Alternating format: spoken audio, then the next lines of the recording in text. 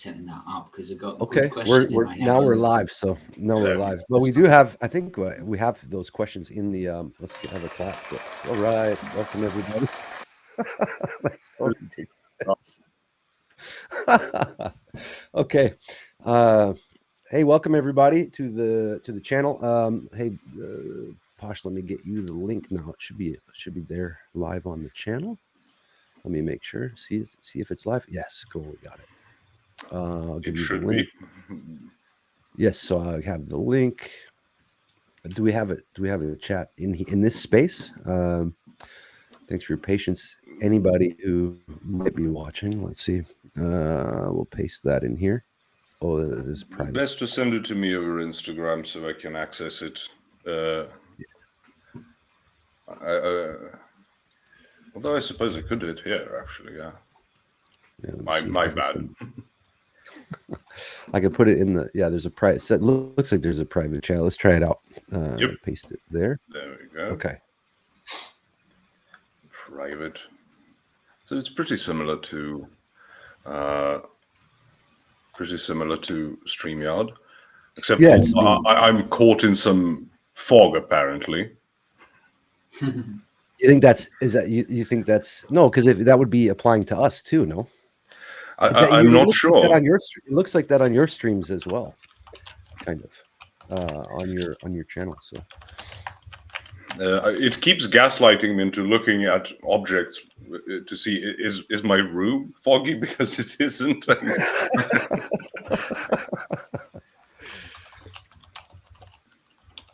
Maybe it's just the camera, or do you clean I don't know. That's kind of a. I don't mean to assume, but you maybe check the lens if it got smoky or something. I don't know. Yeah, I'll have to check it out. I'm guessing it's Streamlabs because I didn't have this problem. I was having a stream yesterday. Yes, that's the less I'm visible, the better for the audience. Small mercies and all that.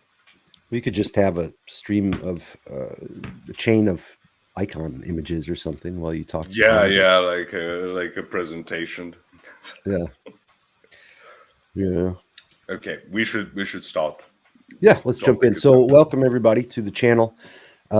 This channel is just now getting dedicated to spiritual talks, so it's separate from the normal Radical Undoing channel where most of you guys know me from. So hopefully we'll bring folks over from both places.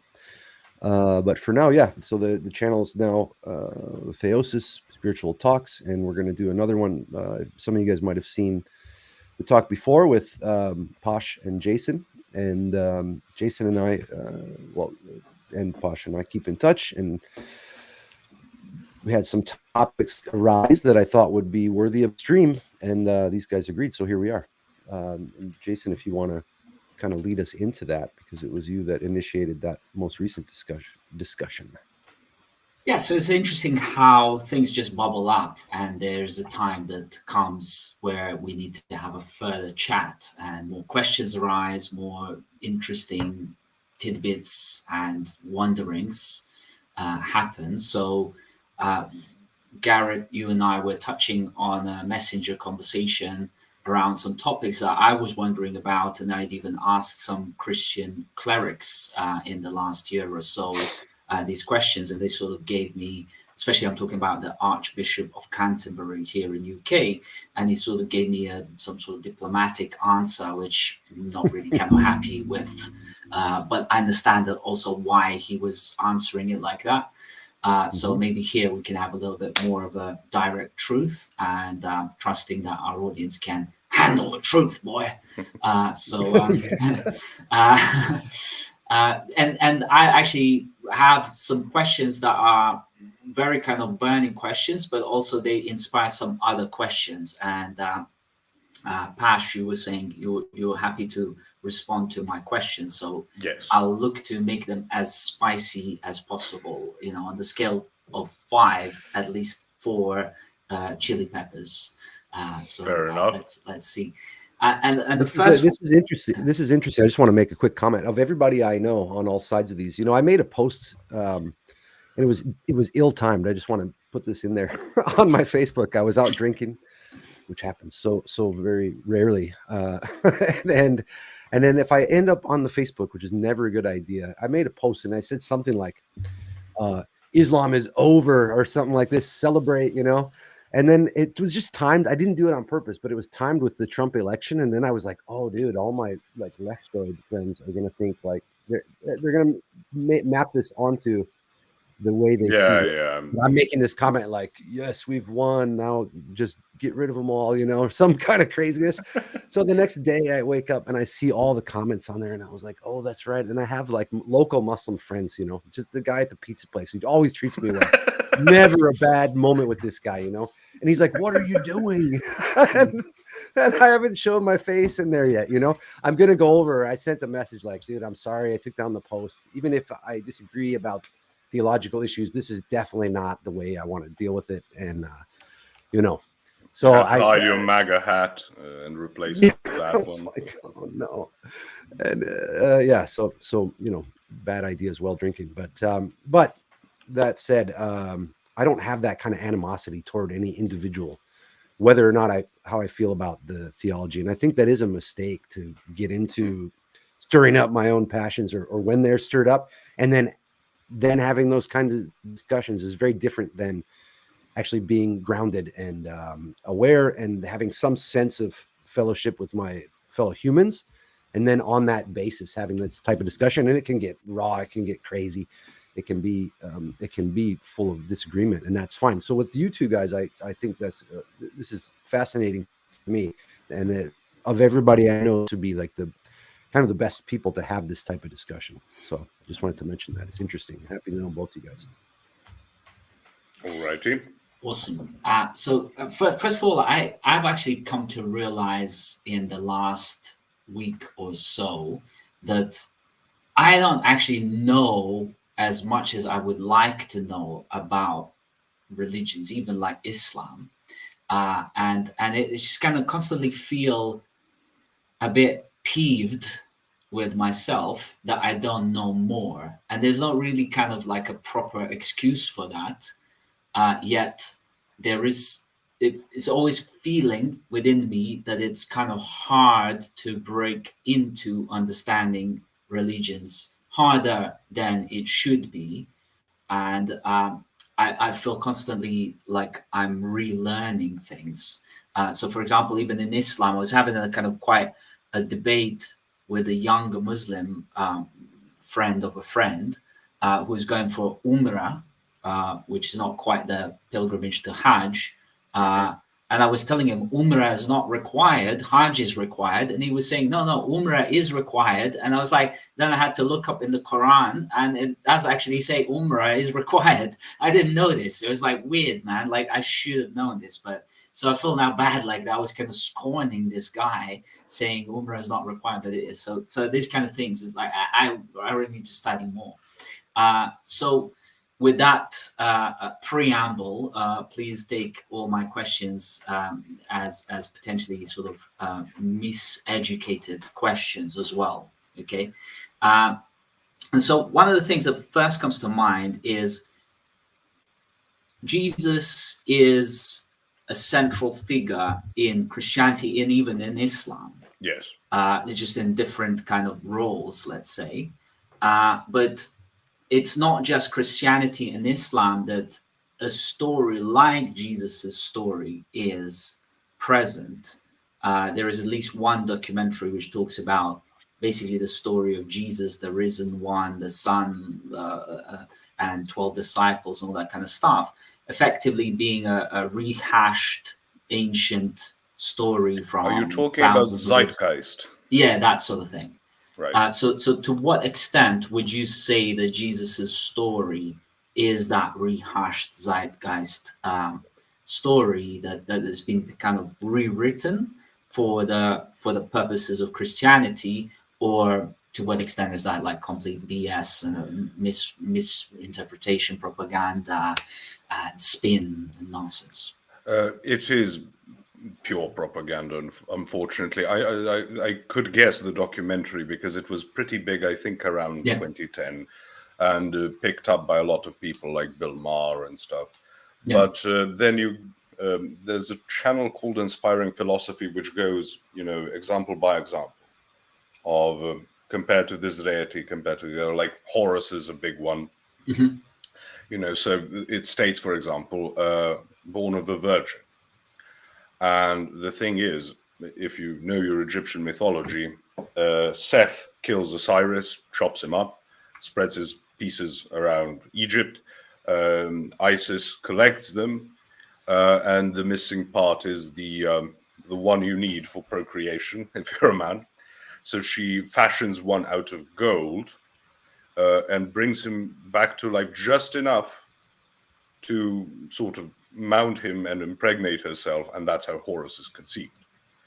So not exactly virgin behavior. That's one thing.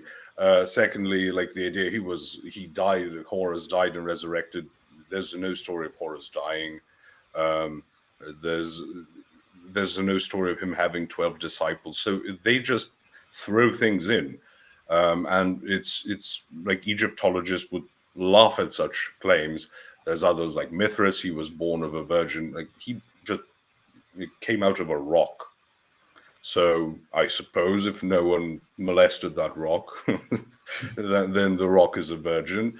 But you see, it's very spurious, and then they make connections with like India, and that's going to be difficult because you would have this Jesus who would be poor, but he went to India and back, and it just doesn't work. But as I said, for the specificities of it,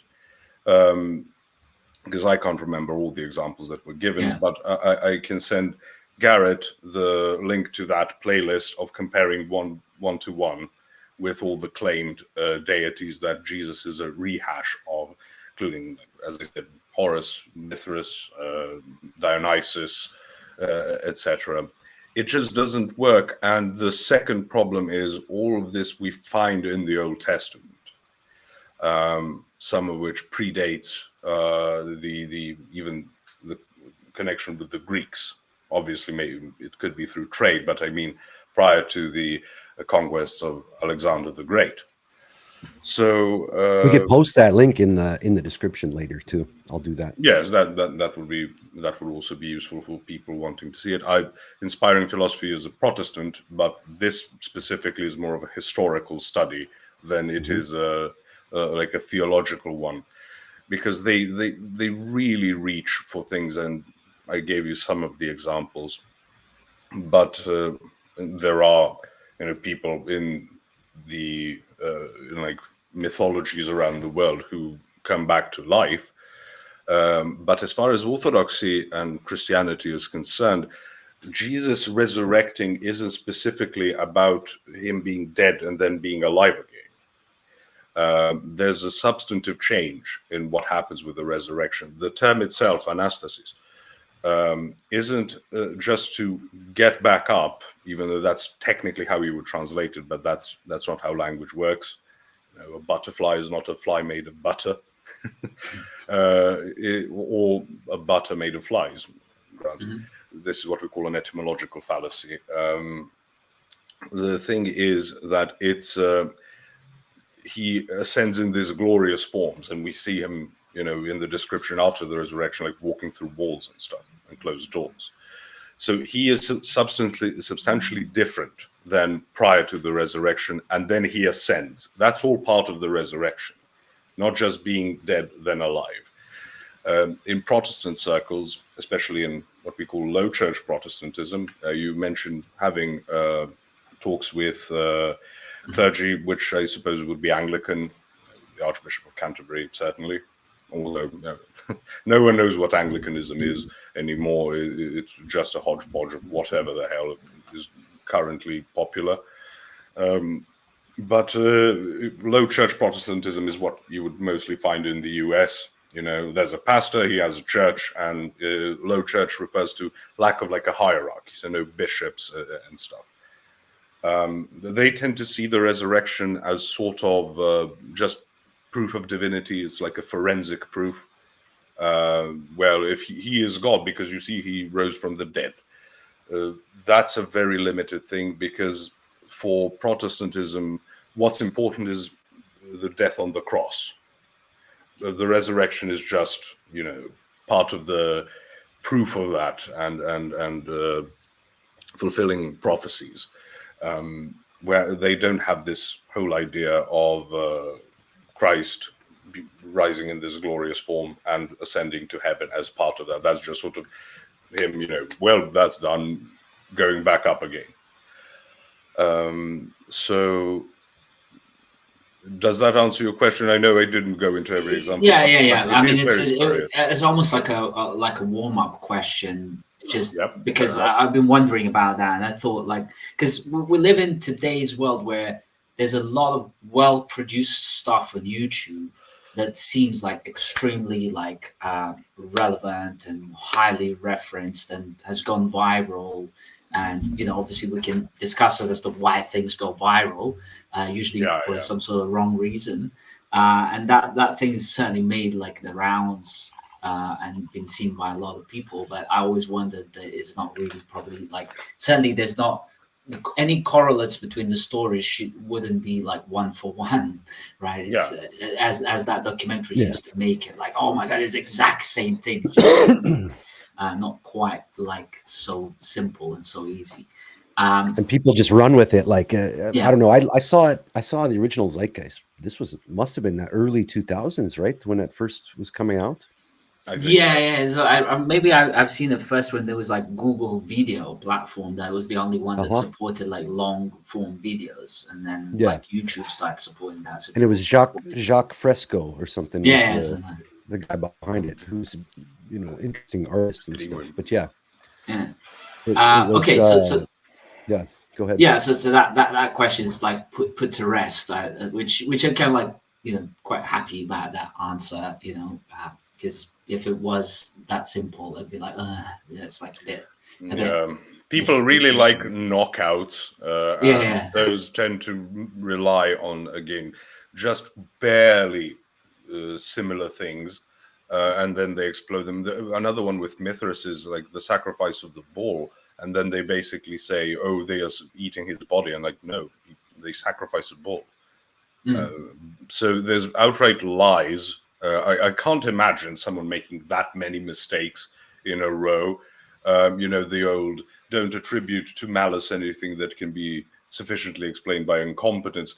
And I say, well, okay, if the person is holding a knife and is, has tripped for the 7th time, towards me, I'm going to start assuming it's intentional. So the fact that they pretend to be incompetent could also be an excuse. But again, that for one-to-one, I will send you the channel with the videos themselves. Okay, so the next question, because basically when Garrett and I were talking on our Facebook chat last time, I sort of chucked a couple of questions his way to go why does this happen? Why does this happen? So and he was I'm not as qualified to answer this. Let's get you on the call and kind of give it a little bit more of a kind of higher fidelity format rather than chit chats on text, and it kind of loses the spirit of the essence. So a lot of this might be touching on politics, and we sort of mentioned Trump earlier and all that kind of stuff. So I think that we're living in this kind of time where there is more and more mishmashing and intermingling between politics and religion and all this kind of stuff. So maybe we can, draw distinctions here where relevant and actually understand how these things impact each other.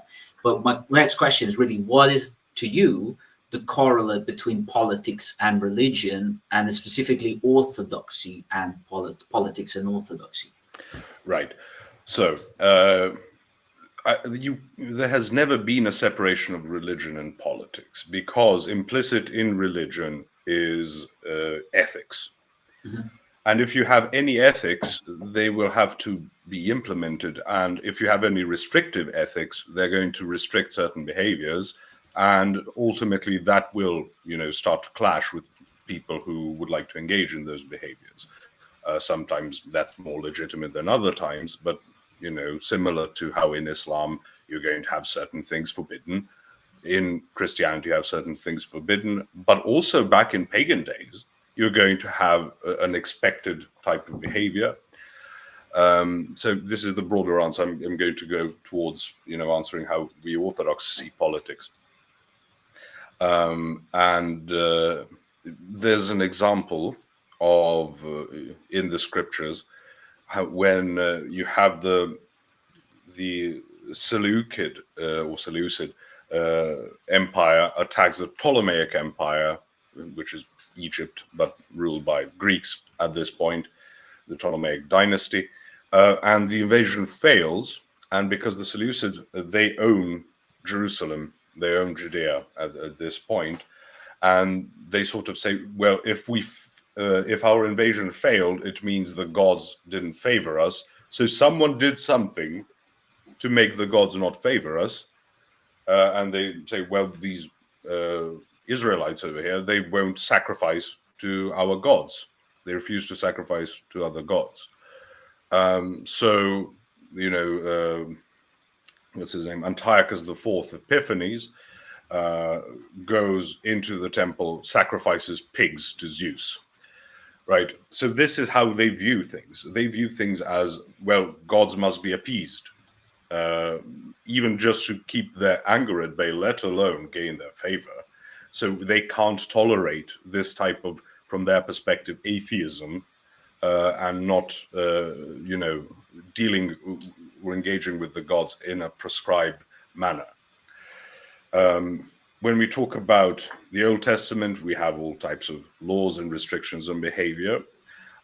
Certain of those are done away with in the New Testament because, even though they wouldn't apply necessarily to Jewish converts, as the Gentiles are brought into the fold of the church, that is to say Israel, like dietary restrictions. They were never meant to be this eternal thing. They're not a moral commandment. They're what we call ceremonial commandments, and you're to maintain them if you're in Israel, and they're not sort of how we would view, homosexuality, murder, etc. Like those things are completely off. But these things, some of you can still keep, but God says, don't call impure that which God has made pure. Even with Islam, there's not a full correlation with the Old Testament restrictions. Like you're not allowed to eat rabbits and camels, for example.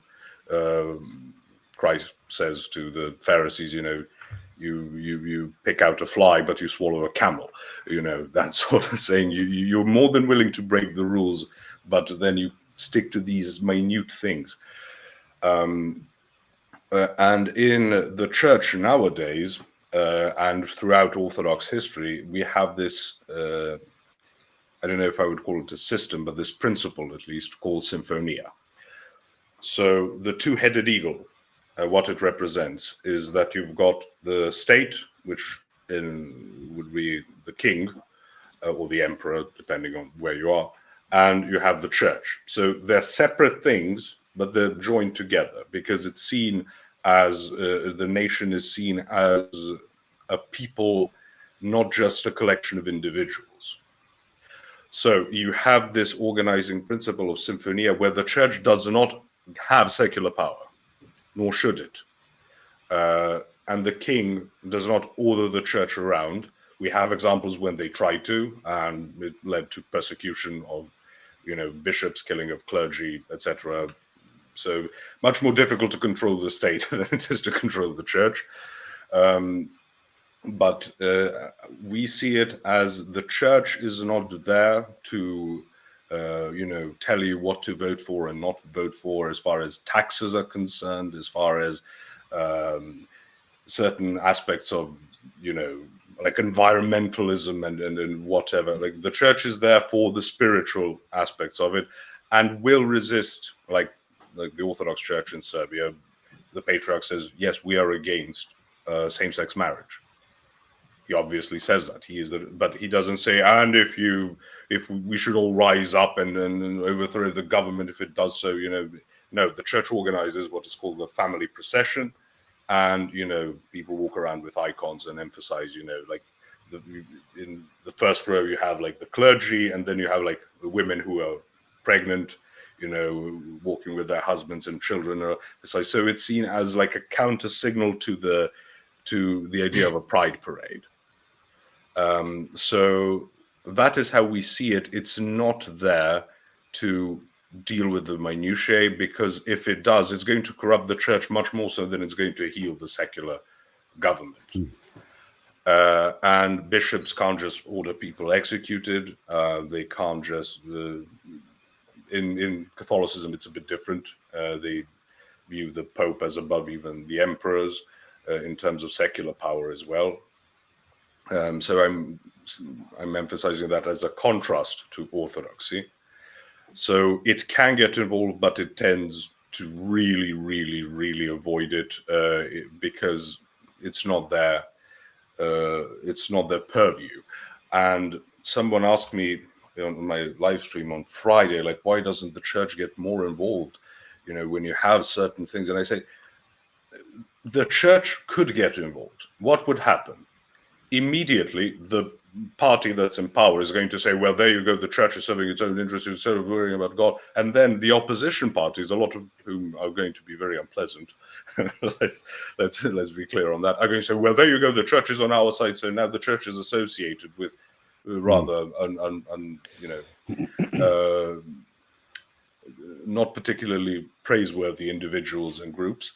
And all of a sudden you have the church tainted by politics. And we don't see it as anything other than the church should teach Christian morality, catechize the people, and only get involved in politics if it's something existential or so clear, like the church will oppose abortion. But again, it won't call for violent uprisings or whatever, because whatever the case is, this would be worse, and politics will taint it. And that should be avoided, because it will just deplete the church of authority, moral and spiritual authority. And what do you do then? Sort of like the British monarch can dissolve the parliament. And that's the one thing they would do before having the monarchy dismantled. It's what some have referred to as a bee's sting. You will sting the other person, but you will die in the process as well. So you've actually answered something that I've for a long time been wondering about. What's the symbolism of the two-headed eagle on the flags? Okay, and so that's a bonus I just got without ever expecting to have that clarified. But then there is the kind of related question here. Because your beginning of your answer started that there was never really separation between the church and politics and religion, which is kind of state and the church respectively, in at least in terms of like Christianity. So what is then the argument that people are making that the Western world and sort of the progress in the West and even in Christian world has been that separation of church and state? What's your take on that? Well, that mostly stems from like the American way of thinking, and America is started as, and still has this undercurrent, even from people who aren't Christian or religious, has this undercurrent of Puritanism. So the Puritans were a group, for those not acquainted with it, people with the funny hats with belt buckles on top, who are a type of Calvinist, so a Protestant group, and they were very strict, very fond of witch hunting and stuff, but not particularly liked in Britain or England, I suppose, at that time still. And were highly persecuted, and a lot of them fled to the colonies in Northern America. And, they don't celebrate feast days. They avoid all sorts of things, very, very, very strict and rigorous in terms of regulations. But you had other groups as well who also were fleeing the either persecution by the Catholic Church or the Anglican Church in England and other parts. So lots of religious conflict, but it's the separation of church and state is similar to, but still different than politics and religion. Because it's one thing to have bishops sit in the House of Lords, and a different thing to have bishops say, well, the government, incoming government wants to, expand abortion, and the church cannot support such a thing, and we instruct our believers to reject such a notion. Now, you can obviously abandon the church if you'd like, but it's on a principle of ethics, not on a principle of a bishop sitting in a position of power by virtue of his episcopal office and being able to, directly forge legislation. So it's obvious that whatever the case is, even if you're a secular ideologue, and you lead like some group of, whether you're progressive or some type of libertarian or whatever, you're going to have an ethical system, and people whom you're networking with and who are part of your organization, you're going to have certain common goals, and you're going to vote accordingly. So that will influence what type of person gets elected. And even if they're not sincere about it, they're going to have to pander at least to that type of thinking. So you would influence it by virtue of wanting to see ethics, your ethics played out and legislated in favor of, etc. So that's the separation of church and state. It's that, the Pope can't just command you what to do. The bishops can't just command you what to do, but they are still leading groups of people, for all intents and purposes, similar to secular organizations, and this will influence the body politic. And that's the crucial difference. Okay, so to kind of summarize, there is always a correlate between politics and religion, and in modern day nation society, the church and states are the correlating organizations that correspond to those, and they're separated, but ideologically and arguments wise there's always the kind of interplay between the two, because they're basically level. Yeah, exactly, they're both basically talking about the same reality and shaping the same reality that we all live in, rules for it, spiritual, practical, all that kind of stuff, what you should and shouldn't be doing effectively. Yes. Well, and the deeper angle that I'm really fascinated by, and what I really like about some of your streams, Posh, and a lot of what Jim Bob focuses on, that specific level about, it's almost like there's no such thing really as, or at least historically, there was no such thing as secular ethics. Like, upon what are those based? Secular ethics is a term which is misappropriated. So secular and sacred are terms we get from St. Augustine. He writes the work on the City of God, and which was written in the time of Alaric and like the Ostrogoths incursion into the Apenninian Peninsula. So people in Rome and that area were distraught, and some thought, well, this is what we get for abandoning the gods in favor of Christianity. And he writes this in response to that, and he is the one who emphasizes you have sacred authority, which is the authority in the jurisdiction of the church, and you have secular authority, and seculum is this Latin term for like the world, not just material and one is spiritual, that's also improper, but worldly in the sense of politics, how we see it, like politics proper. And that's how they separated. So to say secular ethics is more like saying atheist ethics, but that was never the case. So it's an improper term in and of itself. It's ahistoric to use it in that way.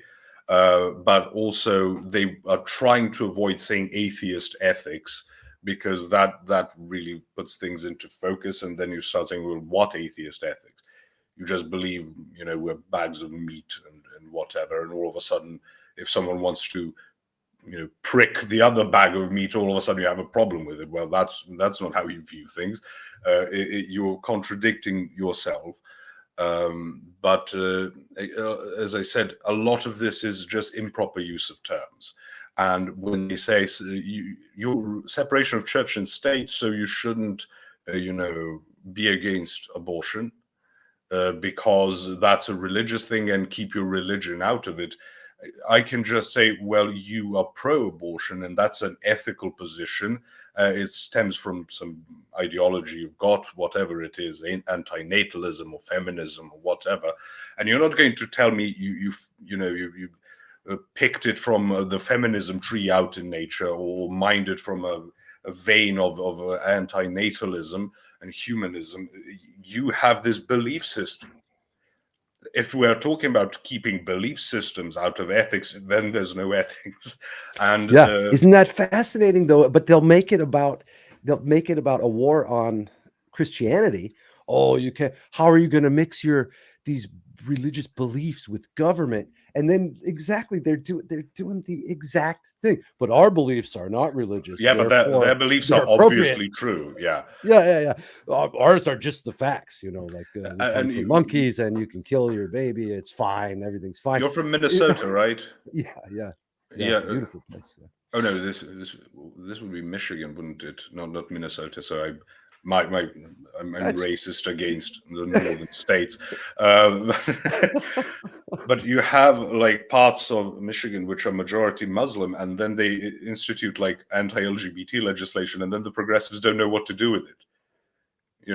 They're so used to yelling at Christians and saying Muslims are always, they're oppressed and persecuted and whatever. But then Muslims do what they believe in, and all of a sudden, wait, but you're supposed to like us. Well, guess what?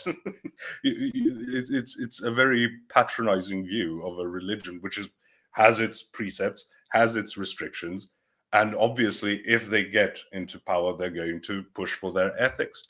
But then all of a sudden, they can't just say separation of church and state, because it's not the church, it's the mosque and state, I suppose. But then they're going to seem Islamophobic. So they keep trapping themselves in different positions because they didn't have a consistent worldview. If you're saying no ethics in politics, good luck, because we're all buggered then. And if you're saying yes ethics in politics, then sorry, but religious people are allowed to advocate for their positions, at least in the American system. And at the same time, I also say you could be an atheist Christian or an atheist Muslim, and that means you agree with the ethics of it. You just don't believe in the metaphysics, right? You don't believe there's actually a God, but you believe in the teachings of it as much as you could, take it from, I don't know, like the Lord of the Rings. I really like the ethics expressed by the Lord of the Rings, and I would like to see them implemented. That doesn't mean that you believe in Eru Iluvatar or the Valar or Gandalf or whoever.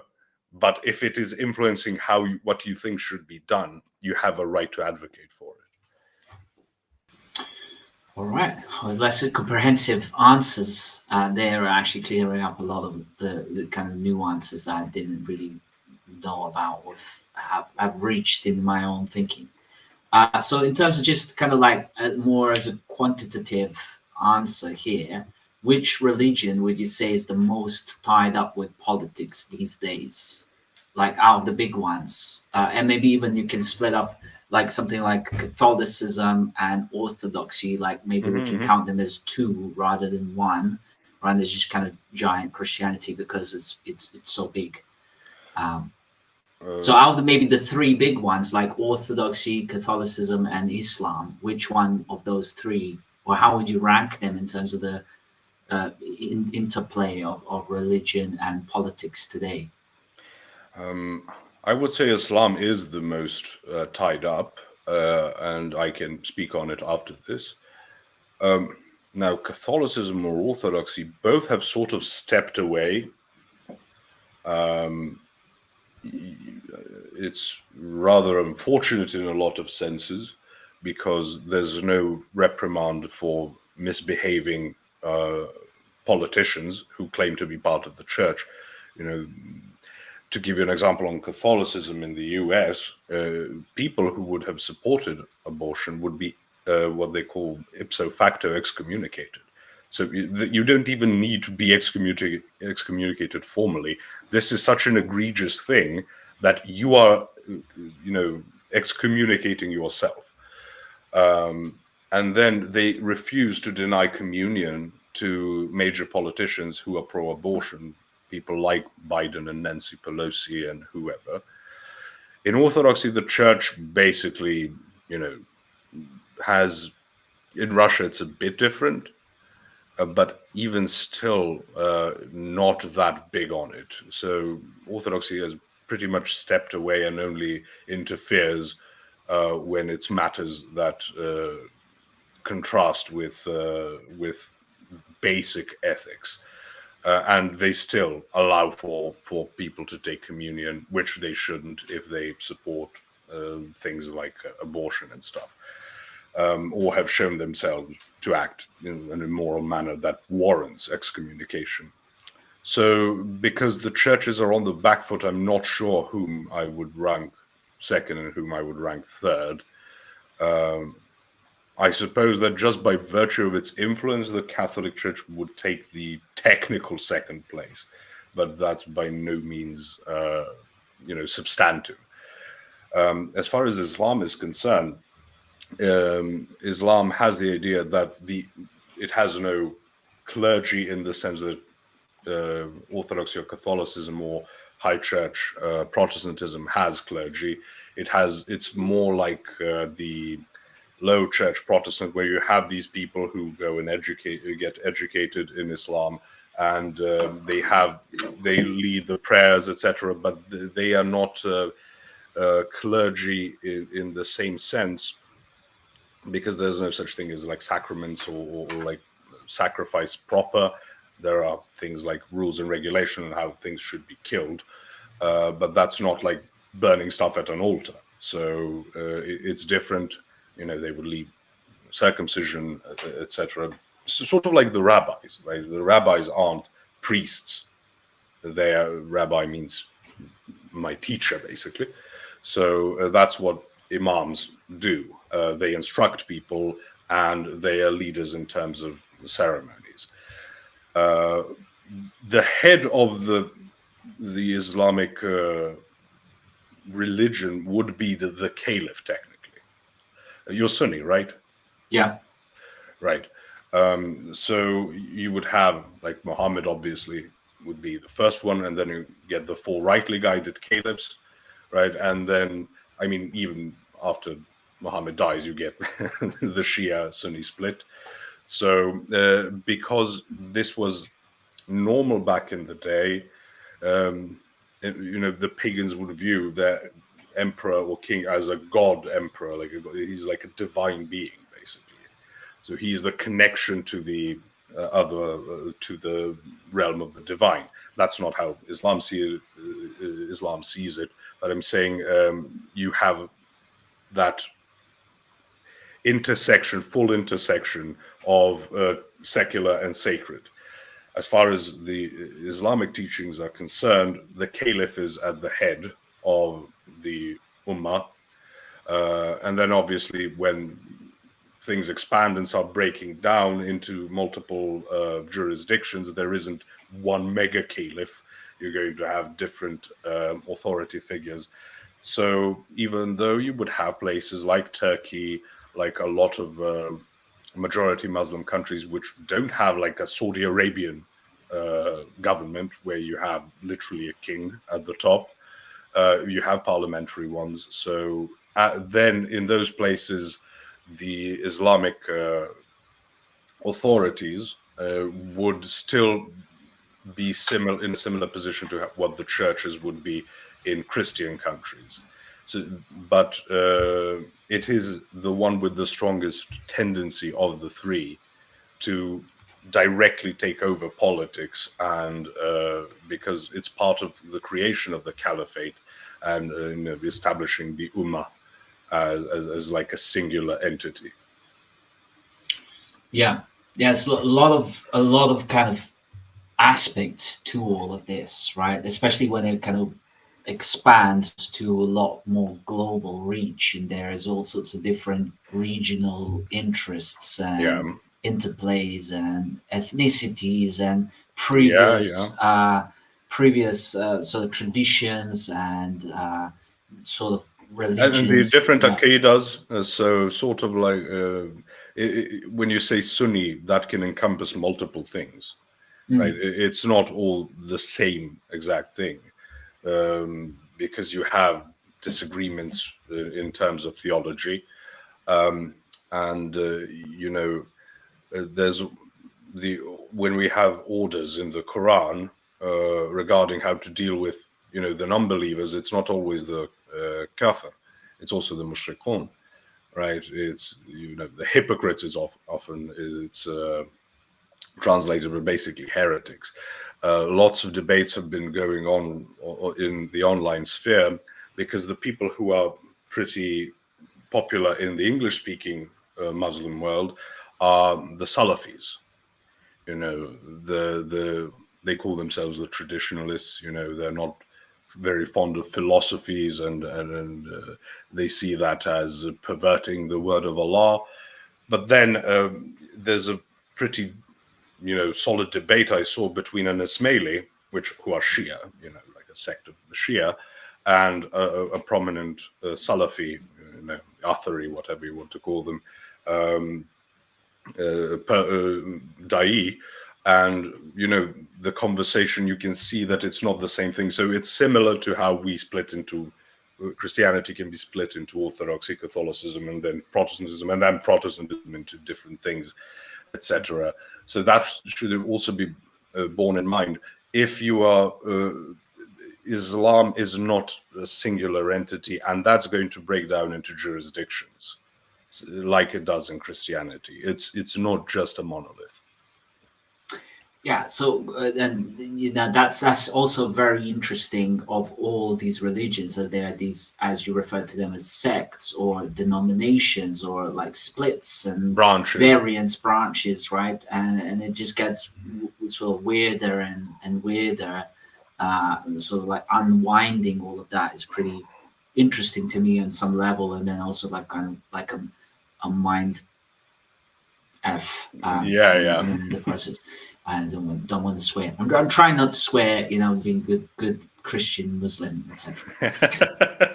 about that. And so then there is this whole thing. I think I'm going to have to interject with a question after this about a certain man called JP, Jordan Peterson.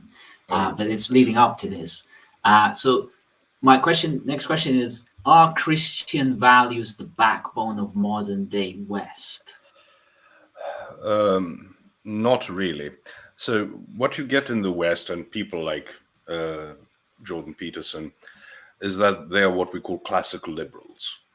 So the so-called godfather of classical liberalism is John Locke,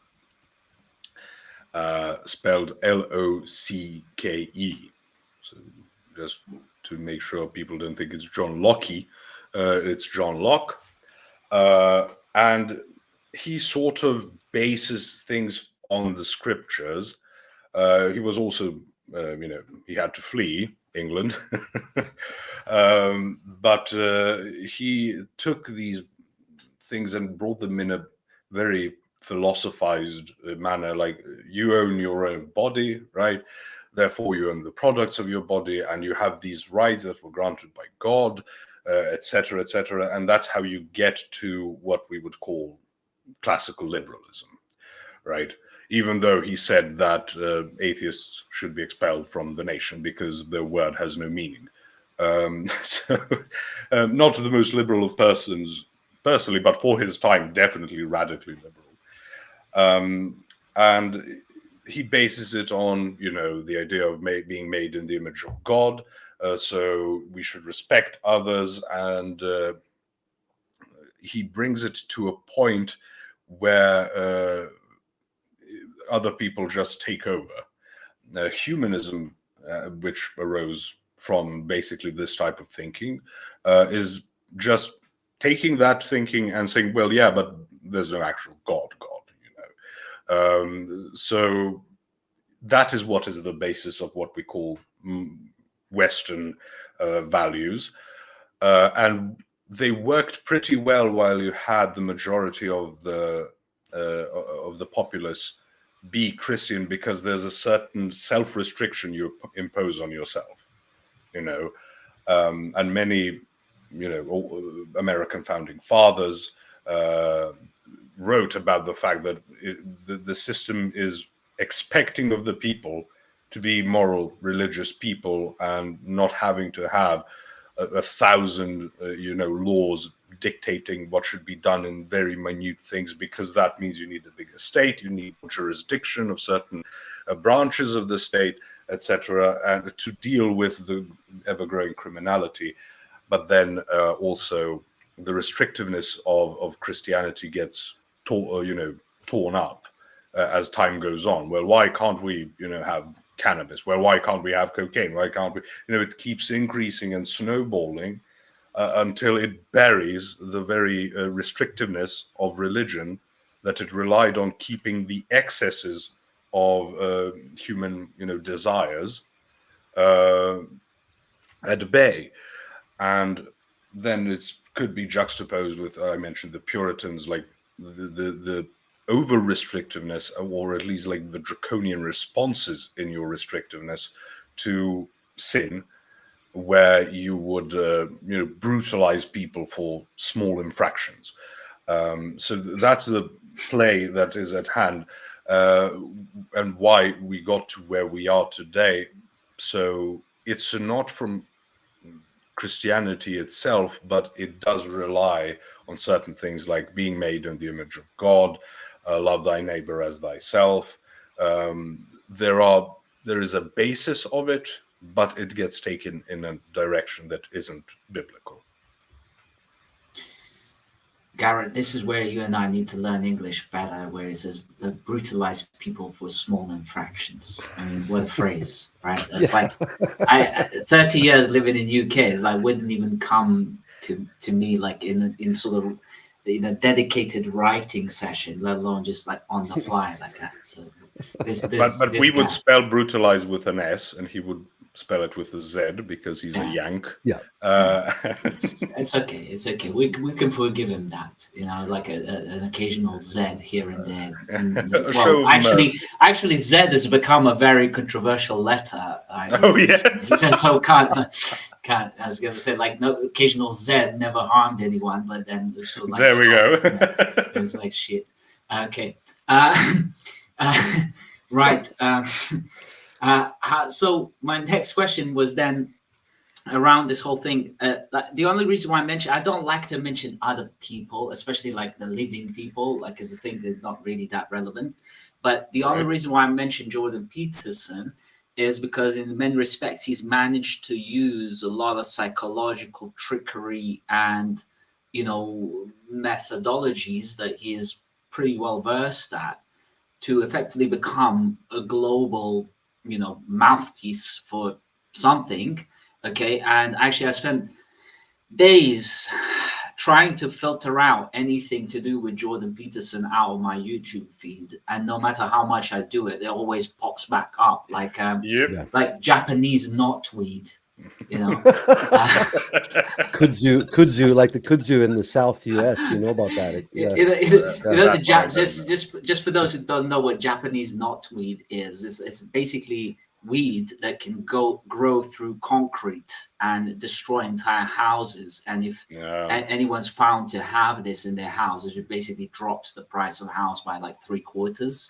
And you can't, like, you have to, if you want to root it out, you have to like call up specialist people that are going to basically dig under the house. It costs like £25,000 and it's not guaranteed to work. It spreads like wildfire, all that stuff. But basically, that's kind of what Jordan Peterson's managed to do with his whole message of kind of, I mean, I don't even know, like, can you explain to me what Jordan Peterson is preaching these days? And I use that term specifically because in many respects he is talking about Christian values and talking this argument that the West is based on Christian values, and I suppose ethics, that's what he means by that.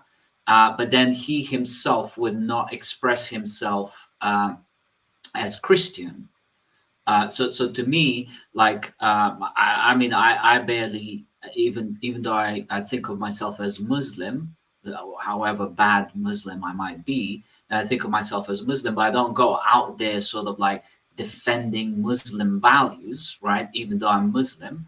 But it would be completely stupid to me to be defending Muslim values if I'm not Muslim, right? And it just like makes no sense. Yet what Jordan Peterson seems to be doing is defending Christian values while not explicitly being able to say that he's Christian. What's your whole take on this situation there? Yeah, so what I said, that Christianity isn't the basis for modern Western values, I believe I'm correct about that, but there are many people who would completely disagree. Would say it is the very essence, of Christian thinking is the essence behind like the American Constitution. And in more limited forms of such thinking is what, Britain has, this Anglo-Saxon tradition, even though they might be, again, not as explicit and as you would have them in the US. But so they see the fall of Christianity as being thrown into a complete like vortex. There's nothing to grab onto. There's nothing solid there anymore. So he treats it like Jim Bob talks about a lot. He sees it as a heuristic, basically. Sort of it's a useful thing to have Christianity. But he also is part of a generation which would see being religious as like something stupid people do. So you even see this retroactively, like people who will die on the hill of saying that Hegel wasn't a Christian. Because he can't be a Christian, he was smart. Right? He had to have been an atheist, even though Hegel is one of the most Lutheran people that ever existed, probably more Lutheran than Luther himself. But you see, there's the pull of socialization and life experience, where if you're to be respected, you have to be an atheist, a naturalist, whatever.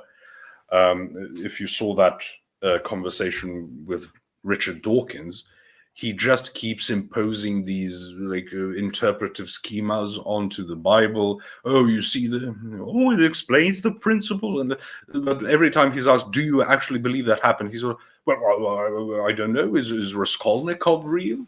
Mm-hmm. I wouldn't say he's real. I'd say he was hyper real. He's even more real than an individual person." Mm-hmm. It's like, and Richard Dawkins had no time for it. It's nonsense. You're just pouting rubbish. But there are plenty of people, Elon Musk is one of them, who are very concerned with the decline of Christianity because they see it as sort of a bedrock for our common ethics, but they're not Christian themselves. You have the British YouTuber, Sargon of Akkad, Carl Benjamin. He's one of these people who he goes even to church, but he's an atheist. So it's sort of like he wants to believe, but he can't bring himself to believe in, man in the sky or whatever, and miracles and stuff.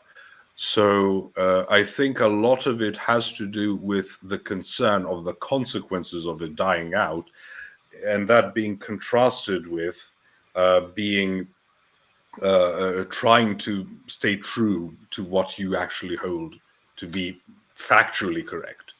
There is a God, there was Jesus, and he died and rose again, performed miracles, and etc. So it's more of a concern for the consequences of its collapse, rather than trying to talk about the ethics of Christianity or its claims for the sake of it. That is secondary to the concern over the collapse of the West and the incursion of the neo-Marxist, postmodernists, and other damnable people in the eyes of Jordan Peterson. So it's kind of funny that they don't connect the idea of the decline of the West with the moving away from God, the distance from not the Christian ethics, but the actual God himself. Or if you look, even scratch the surface or go just below the surface into where these ethics actually come from, and what ethics are, and where reason and logic come from. And like, I think Father Seraphim Rose laid it out perfectly in that small text nihilism, where he showed how you start to that was supposed to be part of a greater volume of books called The Kingdom of Man and the Kingdom of God. It was something like that. I believe so, yes. What he was working toward. And the most fleshed out part that he had finished was the part about the march toward nihilism and those 4 stages. And he shows how the root of, or the path toward that, is the marching away from God, not from Christian ethics, but from God himself. Because if you're left only with the prescriptions and commands, but no one is issuing these commands, then there's suggestions. Yeah. And if you don't transcend death, why should I follow any commands? Why don't I go full hedonism? Yeah. There's no reason not to. And then at that point, they start introducing like evolutionary thinking, and my problem with that is, every, animal wants to procreate and leave behind genetic material, etc., etc. And my biggest problem with any claims of such, like we are evolutionarily programmed, then why do we have to explain this to you then? Yeah. I don't have to explain, like, you're evolutionarily programmed to survive. Okay, I don't need to explain that to people. Like, people tend not to like being killed. But then if you have to explain it to me, it's not really programming. You're sort of taking evolution as a philosophy and then reapplying it back and saying, oh, this is what you actually are. This is what you really, really want. You just don't know it yet. Well, that's some poor bloody programming then, and that the programmer would be fired if you had to bring up, Photoshop and then tell it what to do every time what the tool is for, and program the specific one. It's nonsense, but it's this circling around the idea that if there is no God, then ethics are relative, and moral relativism is one of the most hellish things people can imagine, even worse than having a dominant ethics that you believe is wrong, having like the Aztec Empire or whatever, because there's at least predictability. There are some restrictions. In moral relativism, it's pure chaos, it's pure entropy. And I believe that the human mind fears such entropy much more than it fears like authoritarianism, because there's simply nothing to predict, nothing to guard yourself against, nothing to build a bulwark against. You just have to close yourself off in a very small fort and suffocate inside of it, basically.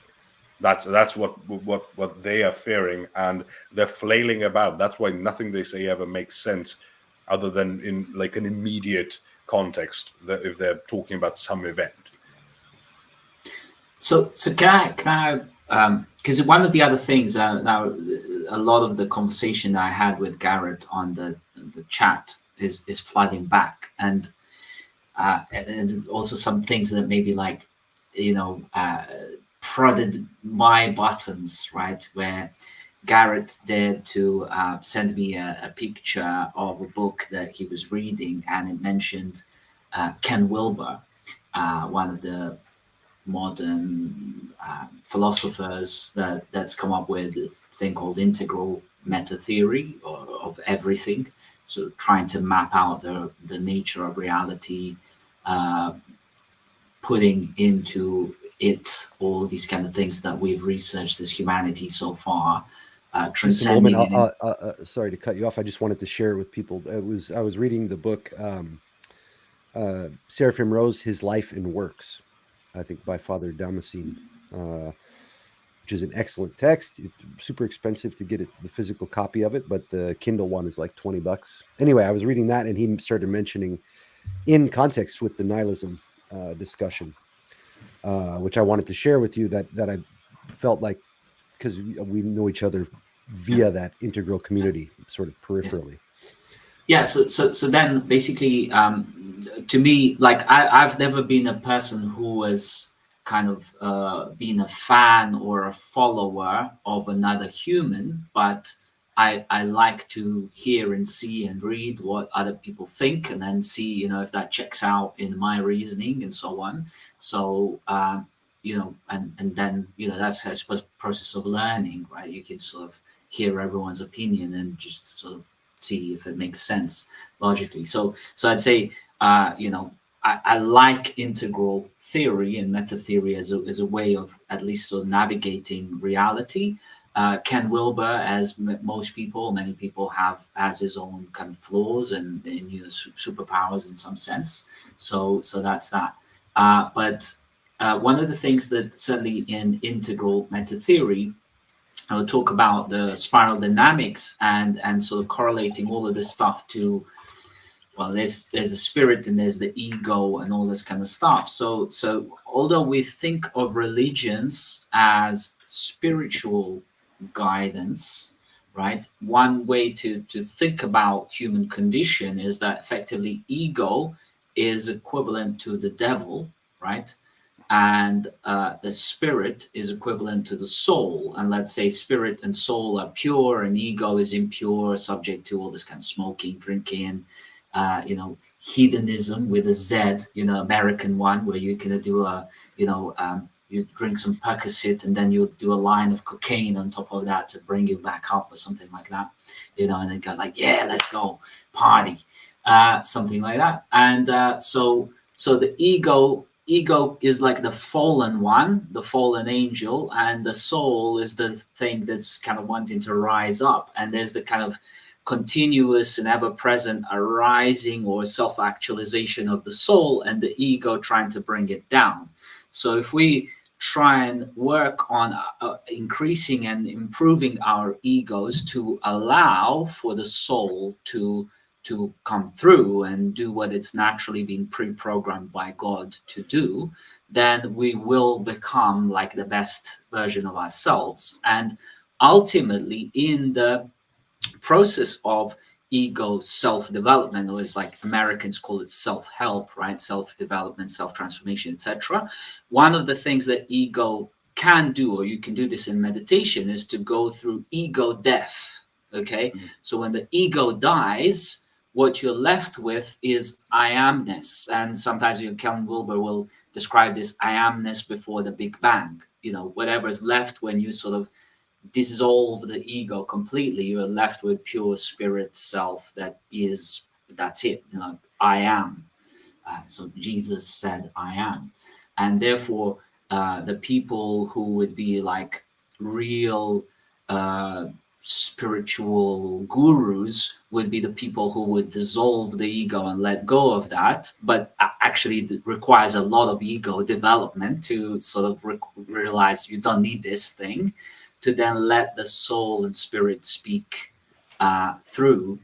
What would you say about this? Like, does this make sense, or is it just complete like woo-woo nonsense, postmodern bollocks? Let me say something real quick, Posh. That I did find it interesting. I was listening to the Father Paul Truenbach's catechesis series of videos, right?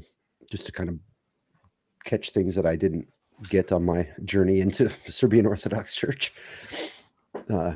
The roundabout route I took didn't involve a proper, or let's say proper, didn't involve a formal catechesis, right?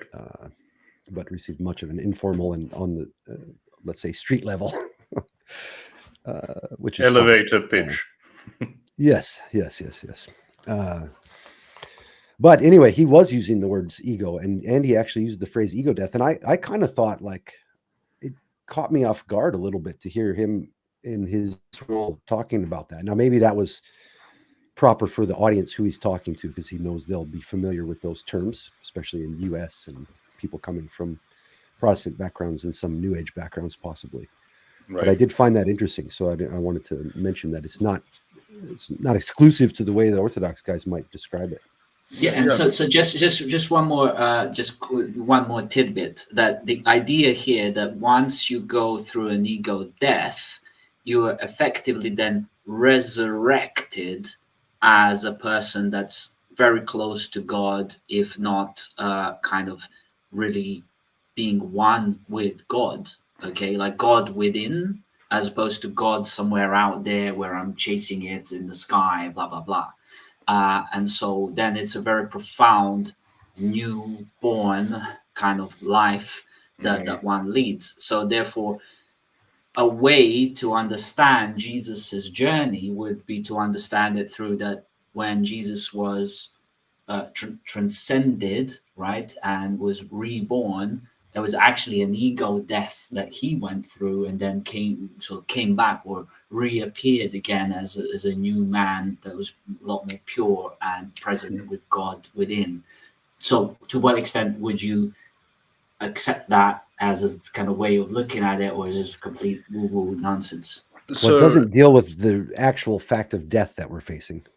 Just right. But that's sort of that would have to take the interpretive schema into consideration. So here's the thing: the whole ego death, right? The terminology is pretty foreign to Orthodox terminology, but that's not what's important. What's important is what is the message behind it. We keep saying, and it's in the Bible, that we decrease so that God may increase in us. So you could view that that exact message in that way, except for that God is a person. It is someone we are interacting with. It isn't like some innate algorithm that is trying to do X, as you say, there's an algorithm spirit and an algorithm ego, and they are sort of going against each other. We would see it as the spirit in that comparison would be God working within us, and our desire to be faithful to God, which is at tension with our desire for worldly things and hedonism, etc. The problem will definitely arise when we just turn everything into a metaphor, because Christ did die and resurrect. When you get into details, that's when such a narrative would fall apart. Sure, if you consider Jesus to have been some spiritual guru of sorts, a person who was ascended in some way, the way people tend to view that nowadays, and why it makes so much sense to a New Age thinking, is that it relies on this sort of dualistic Gnostic way of thinking, that the material is bad, the spiritual is good. That's not how Christianity sees things. It sees both as good, but in currently a fallen state. So when we practice fasting, we don't do it to punish the body. We don't do it to starve ourselves. We do it to sort of impose discipline on ourselves and keep it in proper proportion. So God doesn't need us to, restrict ourselves from meat or dairy. He doesn't gain anything by us doing so. But we make sure in practicing that we don't slip into gluttony. We don't slip into pride. We don't slip into, how shall we say, avarice, or whatever problem, whatever sin is trying to engulf us, slothfulness. So we are trying to maintain ourselves on the path towards God, and that is why we try to restrict these more base desires, which in the narrative you've presented is what we would call an ego. Now, the problem I have is you sort of say ego on the one hand, which is Latin for I, also Greek for I, but pronounced with that Greek gamma or ero, but it means I. And then on the other hand, the spirit would be I am, and then all of a sudden, well, where's that I, and what is the third I that is trying to adjudicate between the two? Right. So it seems to me to be too devoid of substance. It's sort of like people who try to say, oh, there is no free will. Okay, then are you deciding that there's no free will? How can you hold people accountable if there is no free will? There's no one deciding anything. It's just, your body is a machine and it's just doing things. If there was a car without, a handbrake on at the top of the hill and it starts rolling over and hits someone, that car is not a murderer. We wouldn't, take it to court because it's a machine. But all of a sudden, someone just sneaks in like agency. Well, you can't do that. So if there's an I that is we call an ego, an I that we call the spirit, and then there's a third I that is over them, deciding what to do with either of those, you get a contradiction in terms. I wouldn't call that proper establishment of a metaphysic, because if there's an I, that I is acting, and acting in one way or the other. As the scriptures say, can't serve two masters. You're either going to serve God or the devil. So you're either going to move in a godly direction or a demonic direction. There is no even neutral ground. Because if you just stay in a place, I don't know how to analogize it. Like you see someone drowning, like you electing not to go and try and save that person is a moral decision. It's not an amoral decision because you didn't run away or throw rocks at them to make it worse. So that would be my problem. Then all the ideas of being born again is sort of like you defeating this part of yourself. There is no reason to see seeking bodily pleasure as negative unless you presuppose it in that type of system. Like in Christianity, we would say it's bad because it's chasing worldly things and away from God. If you don't have the type of metaphysics that exists in Christianity, Islam would be similar in this case. Why is it bad to seek these things? Because you're going to die. When I can easily reply with, better to live one day as a drugged up lion, than 1,000 years as a sheep. You can choose that direction. It becomes relative. And the only opposition to that is the dualism I mentioned at the beginning. So it's just saying, well, seeking material is bad in and of itself, and I don't have to explain why it should be obvious. And then the spiritual pleasures, as in, and I don't mean some type of religious ecstasy or whatever. This just is supposed to be presupposed. And the moment someone challenges those presuppositions is the moment that it starts feeling sort of like a circular narrative. It is like that because it is like that. So I'll give you something from real world where, like, this is the actual point at which I started sort of like not really getting your philosophy, right? And the two things that kind of I don't comprehend is where you said God is a human, okay, which to me sounds very egotistical, right? It goes against that idea of, well, it basically, now you're putting me in a position to have to be a fan of a human as opposed to something that is you mean as in Christ incarnating as a human? Yeah. Okay. Carry on.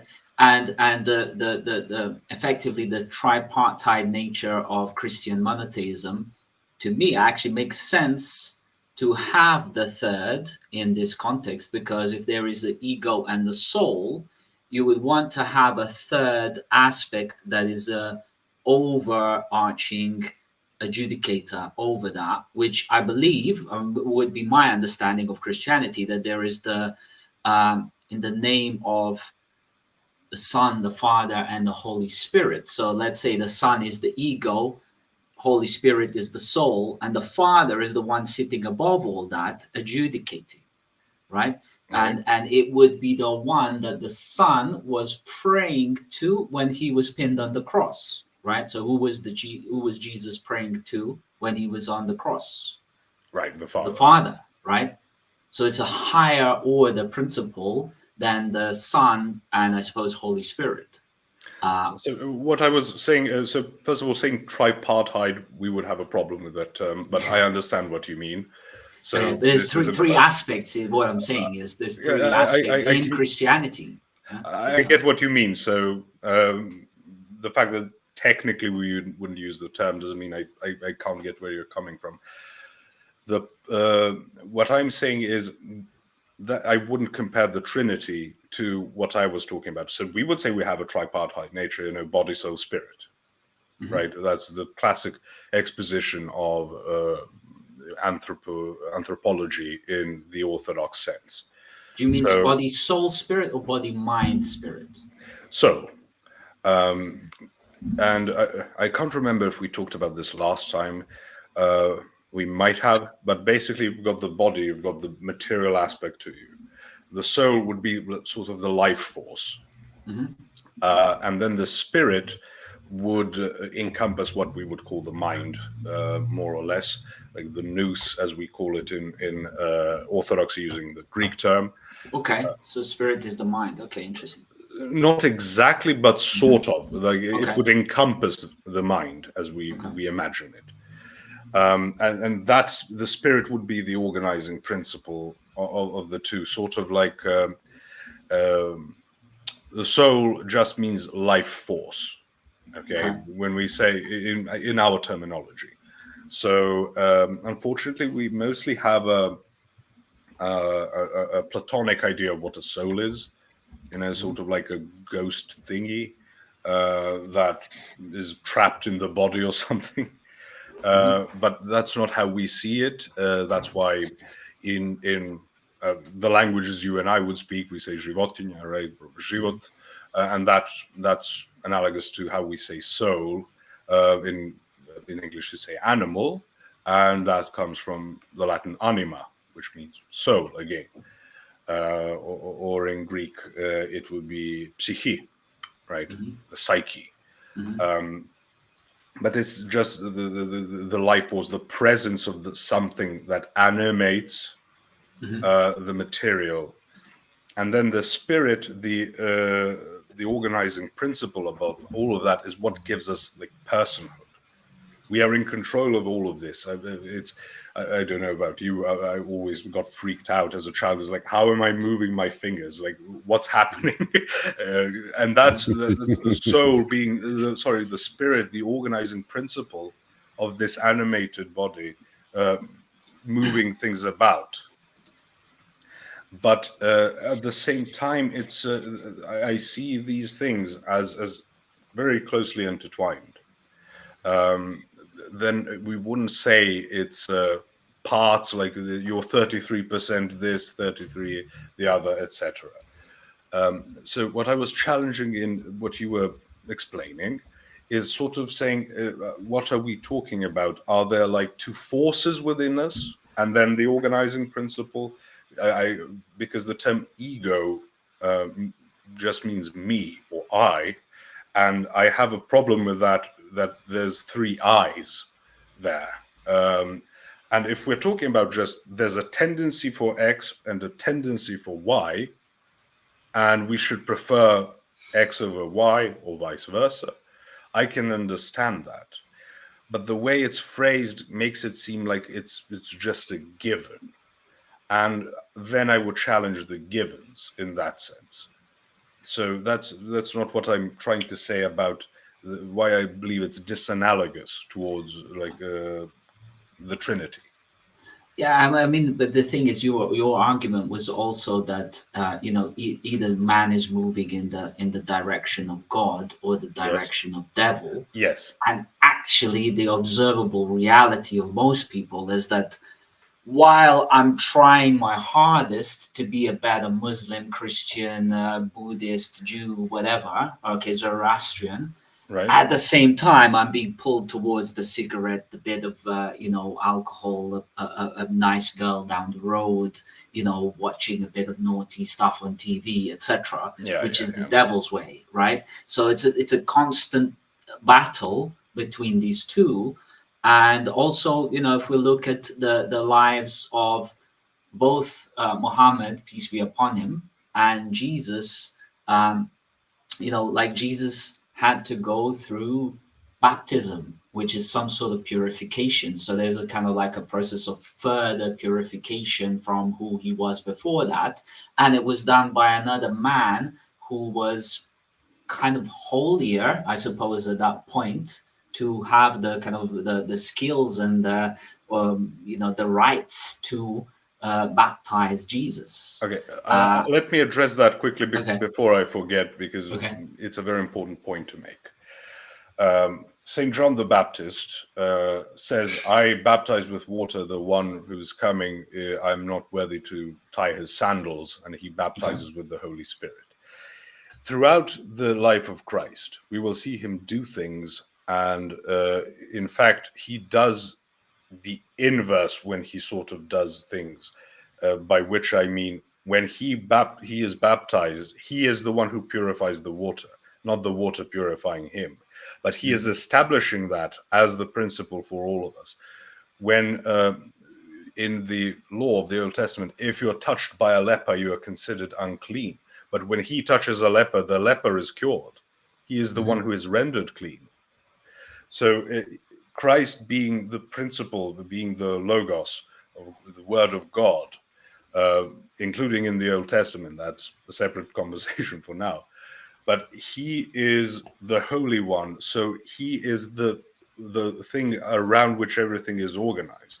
But at the same time, he comes down as a man. In Orthodox theology, we understand that as God taking on human nature to restore it, just to fix the mistakes of Adam, but also to do what Adam should have done, and then establish a path forward from that point on. That is what baptism is. Christ is the one who purifies. He does whatever he does is what is rendered holy. The ground he walks upon, he is able to forgive sins. He is able to do all the things we would expect only of God, which is why the Jews tried to stone him a couple of times, because from their perspective, what do you mean you get to forgive sins? Who are you to forgive sins?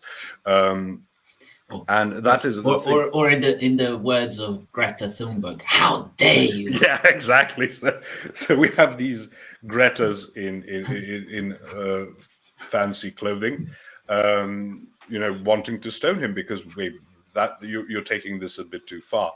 But that is, so I understand why someone would look, well, Christ is getting baptized, so he has to be purified of something. Whereas the opposite is true in the full context. And we take into consideration what St. John the Baptist says is happening. So he is there to prepare the way for the Lord. That's, what he's called to do. He is what we call the new Elijah. And that's Elijah, being in the desert and being a prophet of God, having a great sense of humor as well, making fun of Baal, saying maybe he can't hear you because he's in the bathroom. And if you knew what Baal required of his priests to do to invoke him, you'd understand why it needed some comic relief. It gets very dark very quickly. So this is the establishment. He is gathering people like ritual washings were a thing in the Old Testament. Sometimes taken to the extreme, where a scribe would be making a copy of the Old Testament. Every time he needed to write Yahweh, he would go on and wash himself, go back, write the name, and then continue. And if it happens to be like 10 times on a page, well, technically it would be a scroll, it wouldn't be a page, but you know what I mean, like a paragraph that fits on the scroll, like he would wash himself 10 times, right? So baptism isn't just about that. A new thing is established, which was promised to be established in the Old Testament, so it comes to the fullness of it, and he establishes it as the incarnate man.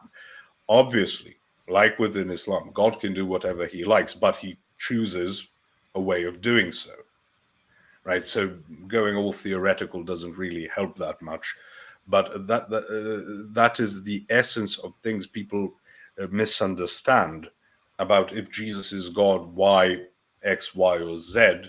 And if you read Orthodox theology, it shows you the great context of God's incarnation. Saint Maximus the Confessor is based on this. Garrett, remind me of the exact name, like the cosmic person of Christ. Is that what the work is called in English? Oh, you know, you're not talking about the Christ, the eternal Tao. No. That's Hieromonk Damascene. Oh, that's right. That's right. Maximus the Confessor. I believe it's a cosmic figure of Christ. So if you're interested, you know, you can read that up. And just to be clear, it's very heavy. On the cosmic mystery of Christ. Okay, mystery of Christ, I believe. Okay, so that's Saint Maximus the Confessor, and you will find that Orthodoxy is a lot more mystical than what you tend to encounter in Western Christianity, which, especially because of influences on the Catholic Church in the early second millennium, becomes very Aristotelian. It becomes almost mechanical. You know, they have place for mystery, obviously.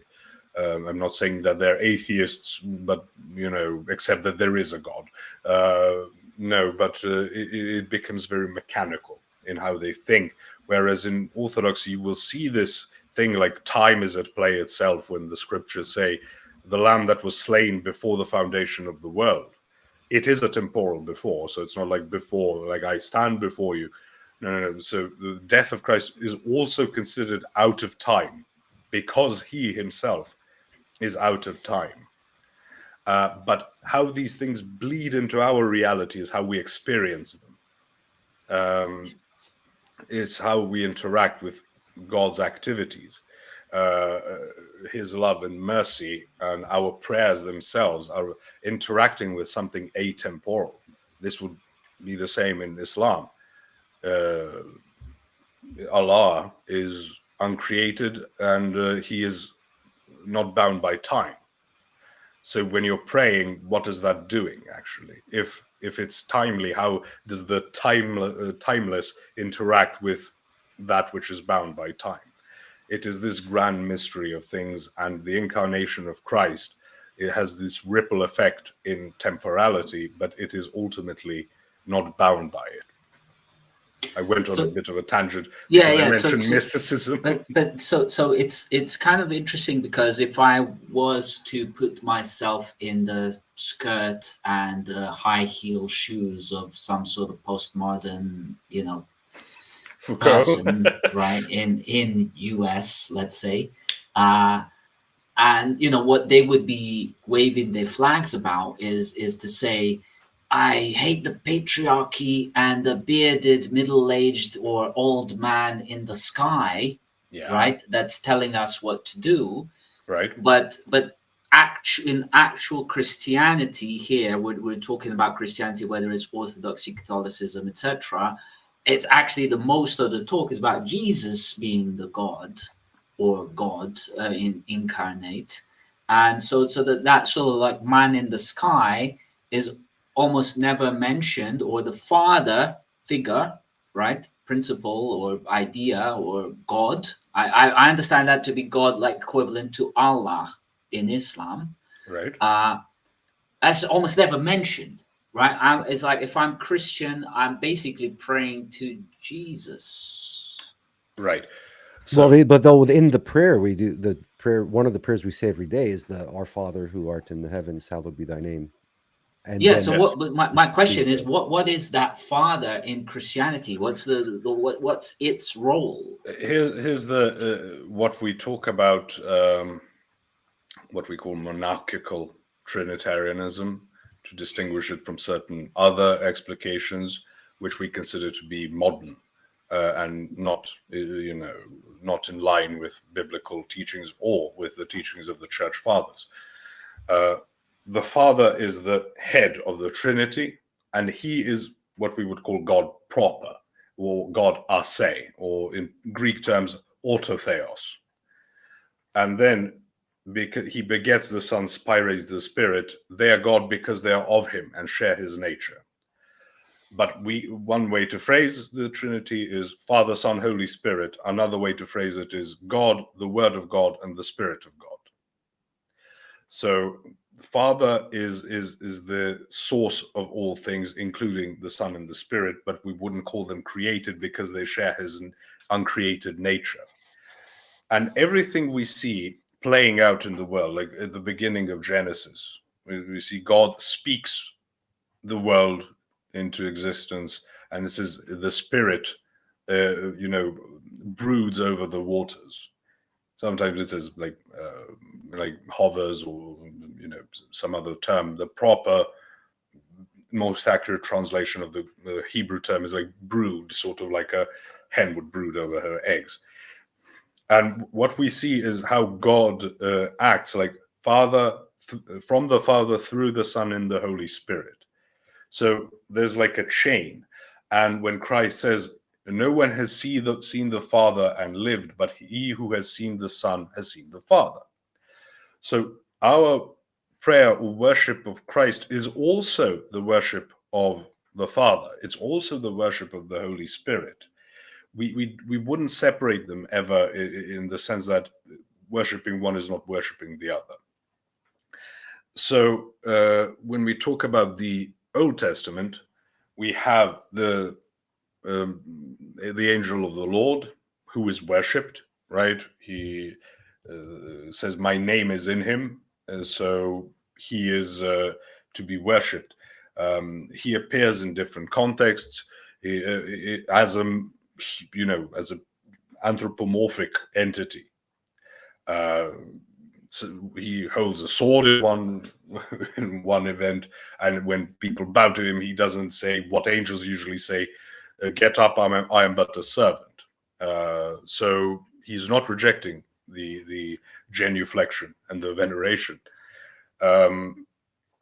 In Jeremiah, he speaks to him and puts his finger on his lips. So the word of God came to me does not mean disembodied voice. And in the sense that Christ becomes incarnate, he takes on our nature and becomes what he says, there is no mediator but the Son. That is how we see this. He has taken human nature to be this bridge that was severed between God and man. Even in Islam, there's this sense of distance. Are you here, Jason? Uh-oh. There you came back. Yeah, I'm still here. Yeah. Okay, you froze up. Video was frozen just for a moment, yeah. Okay, so even in Islam, Allah does not speak to Muhammad directly. He speaks through Gabriel, Jibril, in which may be, derived from the very idea that God speaks through his word, through this angel of the Lord. And then we have the Spirit of God, which would fill all things and be this organizing principle of how it fills all things. And that man in the sky is again, part of this Trinity, the source of this Trinity, but the worship of one is the worship of all of them. And this eternal communion of the three, the love between them, is what is then reflected also and participated in by our worship of the Trinity and the three persons of the Trinity. Okay. That's all quite... It's not a bearded man in the sky, just to be clear. Yeah, I know, but it's like, yeah. And so then really the other thing was that Garrett and I had touched on, which kind of loops us back around all these things, because we have mentioned that there are denominations in Islam and in Christianity, and the big ones and then smaller ones branching off from there. But, throughout, and this is the question that I posed to the Archbishop of Canterbury, and he sort of had to think about this for like 30 seconds at least, and then sort of went, well, and then thought for another 30 seconds, and then went on the sort of diplomatic diatribe answer. And basically my question was that since I came to UK, as a refugee from Bosnia, and I think the reason why I've been refuged out of Bosnia is in large part because I'm Muslim, and that, certain people thought of me as the Turk, right, that now needs to go. And there's a bit of retribution for what apparently the Turks have done to, the Orthodox people in the past in that region. So, having come to UK, and actually the entire narrative around the world is that like Islam is the big threat to society, right? Terrorism, oppression of women, this, that, and the other, taking over, churches, etc. Yet we're living today in a situation where the biggest war and most active war, and increasingly, threat of nuclear war, that some analysts are saying is escalate. Now we're sort of an escalation path towards nuclear war. Is happening between two countries which are Orthodox, and they're like they're almost like not two countries. They're like one country. It's effectively like a civil war at a pretty massive scale. Right in the heart of Europe. So how do you explain and describe the fact that we've ended up here? It's not really the Muslims that are bringing about the Armageddon. It's the Orthodox themselves. So a couple of things. This, we were never told to expect peace, and we were told to expect persecution by Christ himself. The world hated, if the world hates you and persecutes you, remember they hated me first. There's one thing. The second is politics is, as we said, never separated from from religion. Thirdly, on the war itself, it is part of a pretty big geopolitical push to try and engage. The West tries to engage Russia in a war. They did it in Georgia before this, sort of threatening, like you had with the Cuban Missile Crisis. You're sort of trying to goad them into an action, or if they refuse to, they just keep bluffing, you sort of establish, rockets that can land in Moscow in a couple of minutes. So they can't deal with that, so they have to respond. But then you also have the coup government in 2014, which is sort of a puppet government. Wouldn't be the first time for America to do that anywhere in the world, and especially in the Muslim world, by the way. We have seen this happen. So you have foreign elements introducing themselves. The church in Ukraine is against the war. It's also being persecuted by the government of Ukraine, if you haven't followed that. They arrested bishops and clerics. It's the formal church is formally banned because the Ukrainian church is part of the Russian church. It's like a subsidiary. It's not the Patriarchate of Kiev. It's the Archbishopric of Kiev, and the Metropolitan is at the head of it. It's not the Patriarch. It's part of the Patriarchate of Moscow, sort of like the Archbishop of Canterbury. Well, okay, that's the Anglican thing. In the Serbian Orthodox Church, we have the Bishop of Niš, we have the Bishop of Srem, we have the Bishop of other places, you know. So it's part of the Patriarchate. So that's why they've been banned. So that's including the persecution of the Orthodox by the secular government. Secondly, this isn't the first time Orthodox countries have been at war, not the first time Catholic countries have been at war with each other. You know, we Serbs, we had wars with the Bulgarians, and earlier than that also with the Greeks, or the Byzantine Empire technically.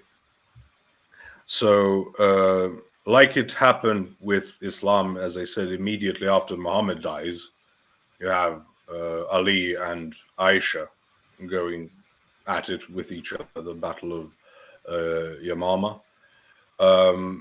This push for secular power, this power hunger, and coming from whichever side is going to cause people to go misbehave, and if they have enough power, they can misbehave on a much higher level than what we simple people can.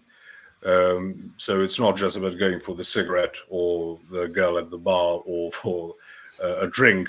It's going for territory and resources and whatnot. As far as Islam is concerned, it's sort of like with Muslims being persecuted in Myanmar. I don't know if you're familiar with that. That was pretty active a couple of years ago. They're mostly Buddhists. There's nothing in Buddhism that teaches you go and beat people up. It's much more of the ego death than that you talked about earlier, the idea of getting rid of worldly desires. But at the same time, this forms a sort of like a corporal, rather corporative identity. We are this people, we have this religion, these are our standards, these are our traditions, etc. And that entity as such tends to view anything that is compromising it with aggression, like an immune system of sorts. And it has historically turned into an autoimmune disease, often, like we see hypernationalism in Orthodoxy especially, because it has these like, it's not national churches, but it sort of plays out that way. Yeah, I saw on a Facebook thread a discussion that was like, Russia's the most pious country, and then they were like, no, Greece is obviously the most pious, and I was like, is this Christ flexing or something? Like, what is actually going on? You're doing the exact opposite, because when you listen to the holy people, they call themselves the greatest of sinners. They reject any praise. I said, how would you know? Maybe it's a pocket of Orthodox people that have a church in their backyard and, you know, I don't know, Maine somewhere. How would you even gauge or measure this? What are you talking about?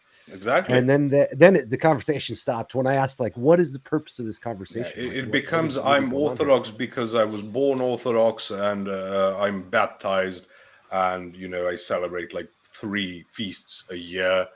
Like in Bosnia, you would have people, oh, I'm Muslim. What do you do? Well, I don't eat pork, and that's about it. So people turn it into like a social cue, and that can spin out of control very quickly, because it just becomes like a badge you wear instead of a life you live. And if that's what it is, like it happens in the Old Testament with the Israelites, you know, God says, listen, you need to follow my commandments. You are not taking care of your poor. You're not taking care of the widows. You keep trying to, you know, go into wars of conquest. They're not defensive. They're not to be saving anyone. You're going into wars of conquest. I will bring punishment to bear. And you had people who said, Well, we shouldn't worry. We have the temple of God in Jerusalem, so nothing is going to happen to us. Turns out God doesn't need temples. He doesn't need anything. He says, if you're not going to follow my commandments, no amount of in modern terms making the sign of the cross or saying prayers in the streets to show your piety, dressing a certain way, that's not going to help you. I will have to punish you in order for you to be brought back to some sense of reasonableness, because you're getting too haughty, you're getting too prideful, and you don't deserve that. And that's partly what is happening in Orthodoxy as well.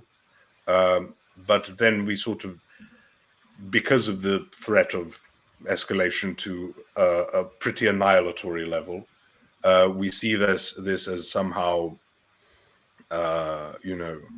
unprecedented. But is it more unprecedented than the Second World War or the First World War, or all manner of conflicts that have arisen throughout history where people thought, well, this is the final one, this is going to end? Because we don't know if it will escalate. It might not. But if you're just trying to say, well, it isn't coming from Islam, there's plenty of conflict there as well.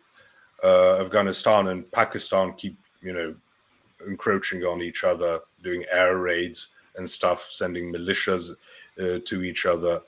You have all types of conflicts like Saudi Arabia and Yemen. That's a massive travesty if people have not been following it, because it's not that fun. It's not that in your face. But hundreds of thousands of children have been starved to death in Yemen. So it is happening. It's just not in our focus because there's no nukes involved. I suppose there would be in Pakistan, but then it's not that immediate. It's still on some level of skirmishes that is happening. And it is the unfortunate state of being in the fallen world.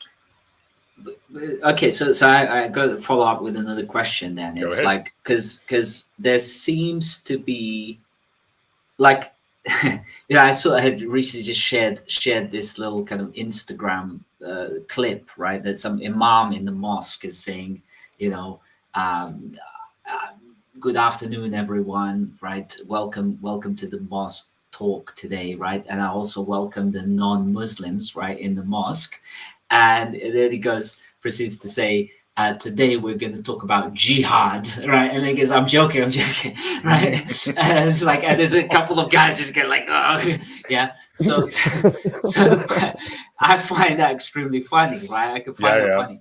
And it is, why is it that people associate Muslims with this idea of like violence and just attacking, like even if you say, like, my son actually got they were on an excursion, right? And he was sitting in the back of the coach, right? And he said, my son's like white and blonde and tall and skinny, he speaks English perfectly because he was born here, right? And he said, and it's like it was going to a private school, which is very much kind of like a Christian school, Anglican school, and so on. And at one point he said, because the driver started speeding up, and he said, Allahu Akbar, and all these girls got really scared, right? And they actually reported him to the teachers, saying he was being racist towards Muslims for saying Allahu Akbar. And making and also scaring the whole coach, because they said he was making terrorist remarks. Yeah. Okay.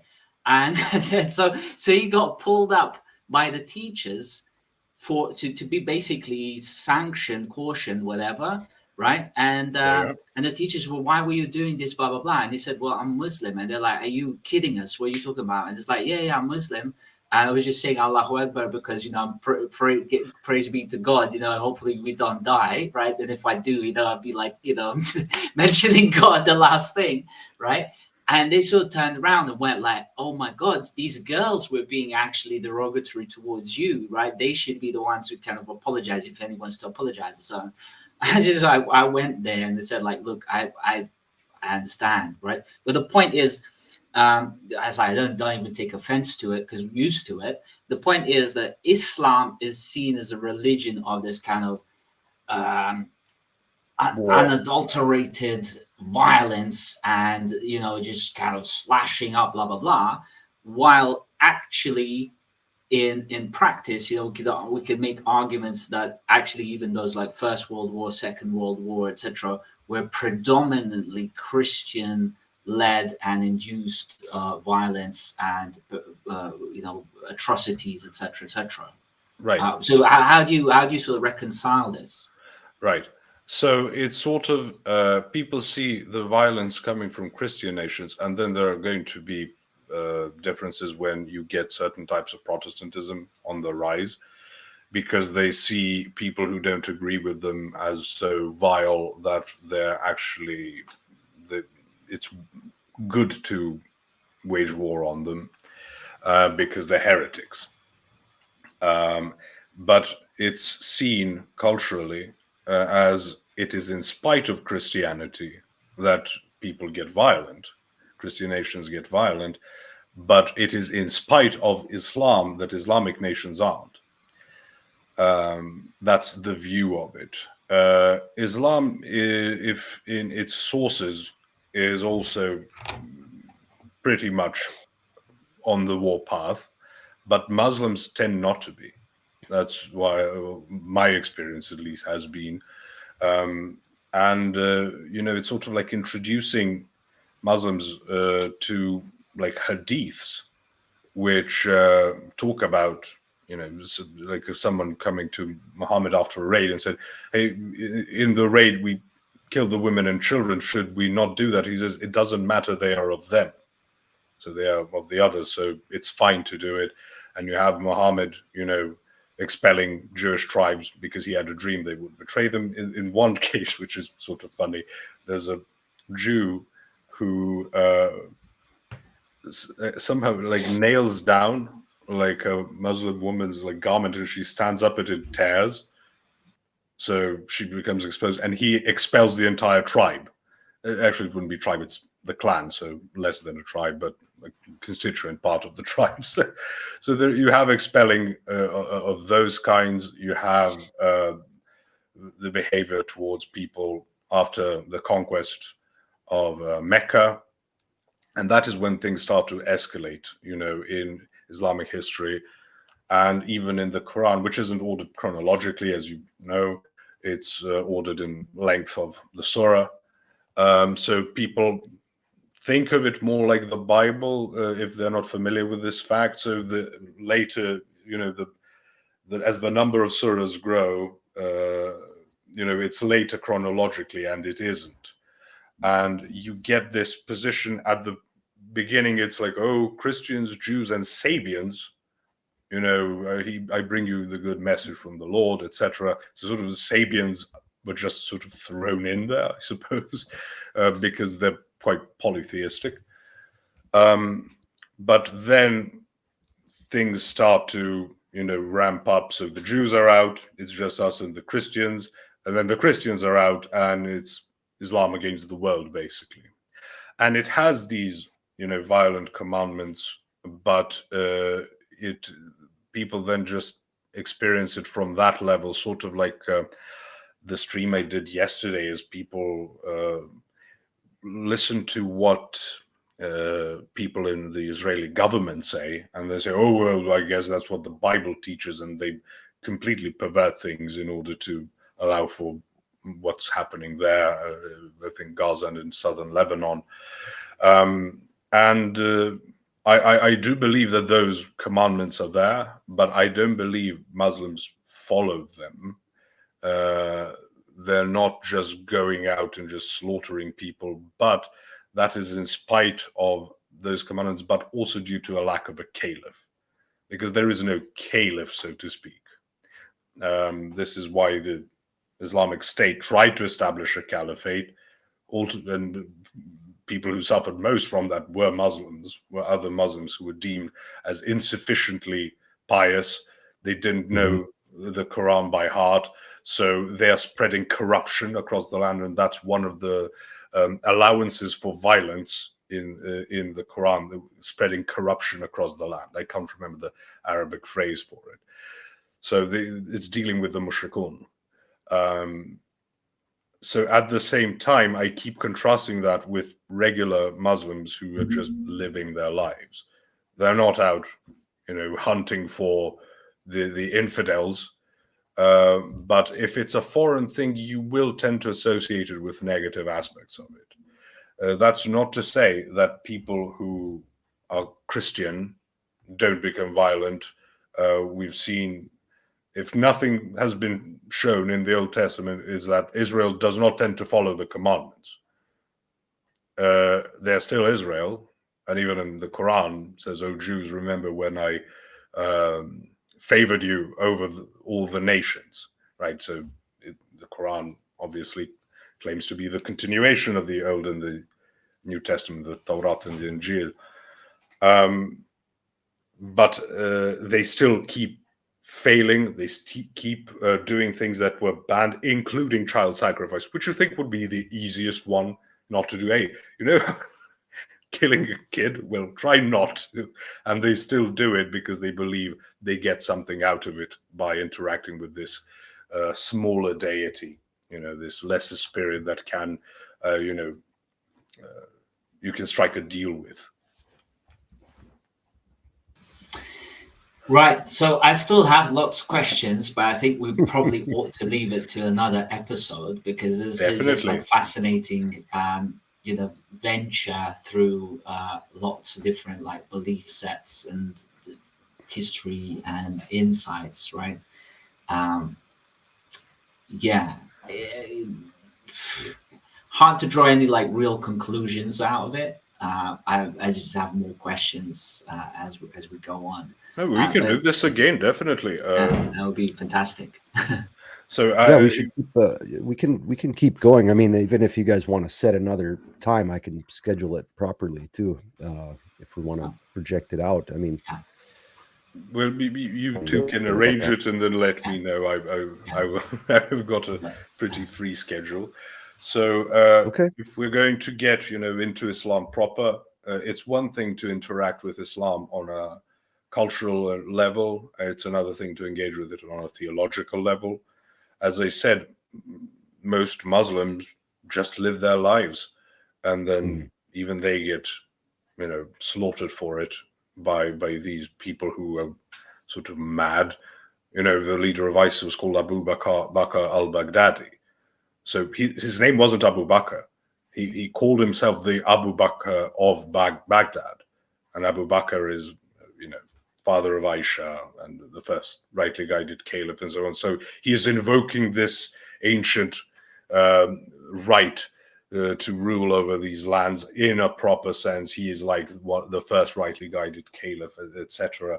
So, as I said, engaging it on a personal level, which is why I wouldn't. If someone said Allahu Akbar, I wouldn't particularly be frightened by it, or Alhamdulillah, Inshallah, and so on and so forth. Now, if someone screamed it, I probably wouldn't be too comfortable, but I doubt he started shouting at the top of his lungs. It's probably like, woo, this is a bit frightening, like we would say, like, so Lele Bože for my God forbid, yeah. Yeah, Nele Bože, etc. It's a conversation. Maybe we focus on that the next time, like theological comparisons, because it doesn't help to focus just on failures of other side, but what we can glean from what the religion itself teaches. Yeah, I think the next time could be good to look at least touch on that stuff about the grounding, the grounding of reason, and the grounding of laws of logic and morality, epistemology, metaphysics, and then look at orthodoxy maybe touch on the difference between that and Catholicism, at least how the theology breaks when you change the creed, the filioque. I mean, because it doesn't seem like much on an intellectual level when I learned about it in religious studies at university.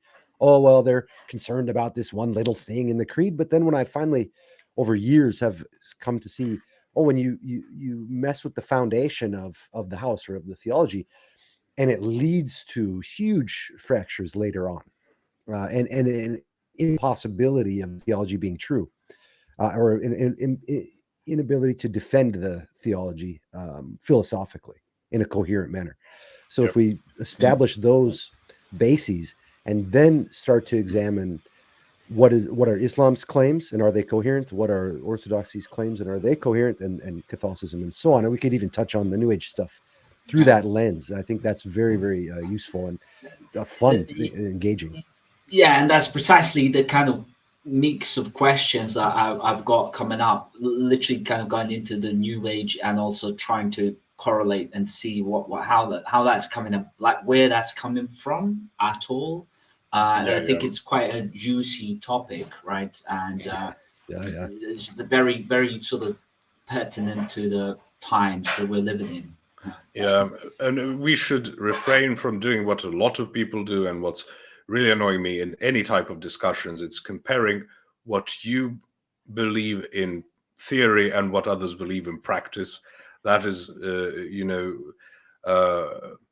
I keep hearing about it mostly in like political debates, like people who believe in socialism or whatever.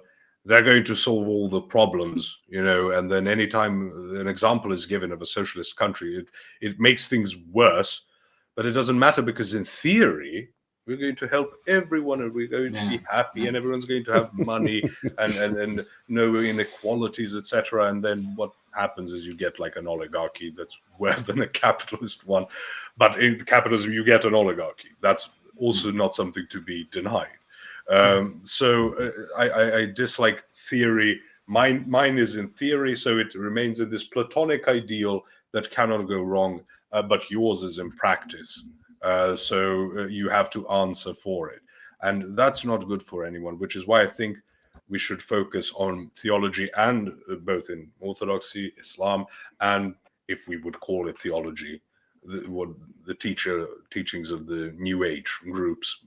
If nothing else, it's a metaphysics. Yeah. Awesome, excellent. Actually, this has been really cool. And thank you so much for your descriptions and explanations. I like the groundedness of our conversation, so it's like very educational. Absolutely. It's a well behaved. Yeah. I thought it was good. I tried to make this spicy, and I tried to make this spicy, but actually it's kind of ended up being a perfectly blended sort of curry. Let's say, like it's sweet and sour chicken kind of. We shouldn't court controversy. And was it like the shocking attack from Muslim infidel upon an Orthodox? We've got enough war as it is. Exactly. But we also shouldn't just stick to diplomatic answers like you described the Archbishop of Canterbury, because Islam no one destroyed. benefits. So we are finding the happy balance between the two, between being too confrontational and too diplomatic. Yeah, we can't go straight into ecumenism where we would just say, well, it's all okay. The theology's fine. We're all just buddies, and if you believe what you believe to be the truth, you should fight for it.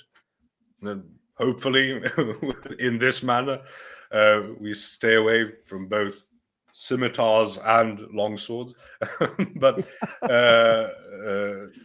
it is indeed true that jihad doesn't just mean go and conquer places. There is a sense of the term that is fighting against internal struggles and your desires, etc. So it's best to represent things on this type of level, which is conversational and friendly, because that is how you actually interact with the thing, and you don't have to constantly demonize or subjected to some type of personal bias. Yeah. All right. Thank you, guys. Really appreciate you. And looking forward to the next installation of this. Actually, it's really cool. Thank you for being Yeah, here. thanks everybody. Cheers. All right. Yeah, thanks to both you guys. Really happy to host this, and yeah, I'll get in touch with both of you, and we'll schedule another one sooner than so the questions are still fresh, and we can build some momentum here. Thanks to everybody in the chat for showing up, and I guess they said Patristic Faith is streaming right now. I can put the link in the chat. I don't know how to forward the chat yet via this platform. Yeah, I know that you need like YouTube Premium, and there's the chat rating options and etc. So okay, I don't have the YouTube Premium, so yeah. But I'll just give his channel in the live chat so people can just go over there. I was listening to one of his morning prayers, 3-hour streams, and it was actually really nice. I learned a lot, and he dealt with certain questions from the audience. I like that guy. Is that Father Deacon Ananias? Yeah. Well, he is a nice PhD guy in philosophy and is a deacon, so that's a good blend to have to be able to explain things properly. He also lectures at a university, so he's got teaching experience. Why is he called Father Deacon? Apparently, in the Romanian church, you call deacon Father Deacon. It's in their tradition. You use the term father. That's what I learned from him. We don't in Serbia. So it's not a title we apply. Yeah, because I never heard with the deacons that I meet in Serbian church. Never heard that, but I didn't notice in Romanian because, of course, I didn't understand Romanian. Yeah, so. It's like a weird Italian. Mm-hmm. Oh, one thing, it was curious. This is the last we can leave on this, but I noticed in the Romanian church, especially when I was on Athos in the Romanian churches and in Iași, there is a time when everybody gets on their knees, like during every liturgy, whereas in Serbian church, there's like one day a year, one specific feast day that we do that. Yeah, that would be great. Thursday. Well, these are like the local traditions. We tend to like bow fully, not on the knees, but like from the hip downwards when you have the invocation of the Holy Spirit, the epiclesis. This is my body which is broken for the remission of sins, etc. So we bow fully and then straighten back up, etc. But these are again local traditions, and after communism was chased away, it takes some time to fully recover everything, because it was what 50 years of communism almost, and a lot of people who are familiar with the old ways were very young back then and were not allowed to practice the faith in full. So we're building back up still after a pretty damning period. Yeah, some of the stories that I've seen about Pitești in Romania and stuff. They had it worse in Romania and Bulgaria because they had like the Soviet system. Like religion was also not pretty fondly looked upon here, but it wasn't just as brutal. So tragic. Let's end on a high note. Let's not. Let's come back up. Well, you could watch Father Roman Braga mentioned that even though in that darkness of what he went through in Romania, that he in the prison camp he met Satan, and that it was the reality of what he had only studied in theologically, that he was coming face to face. Oh, this is how he operates in the world, through the humans in this exact way. Yep. Trying to break them. And then when he was moved into solitary confinement, when they closed down that camp because the BBC found out about it. And then, of course, Ceausescu killed all the workers and said, "Oh, they were just doing that on their own," like. Yep. And then it's a weird thing to laugh at, but we must. But then he said we would either cry. So yeah. But then he said he met God in solitary confinement. There was no pencils, there was no writing, there was no reading, no nothing, and that he first met the devil in the prison camp, and then in solitary. Met God, and he was just radiant for the rest of his life. To listen to him talk about it, you're just still uplifted somehow. It's unbelievable. Like what being the faith... thrown to the lions and coming out of it alive tends to leave a mark on you. And even in horrors, the martyrs, stand out and as a guiding principle for all of us who suffer more from luxury than from from this type of persecution. Yeah. All right, guys. Thank you so much. Chat next time. Take care. Talk to you guys soon. All the best. Enjoy. Take All care. right. God bless.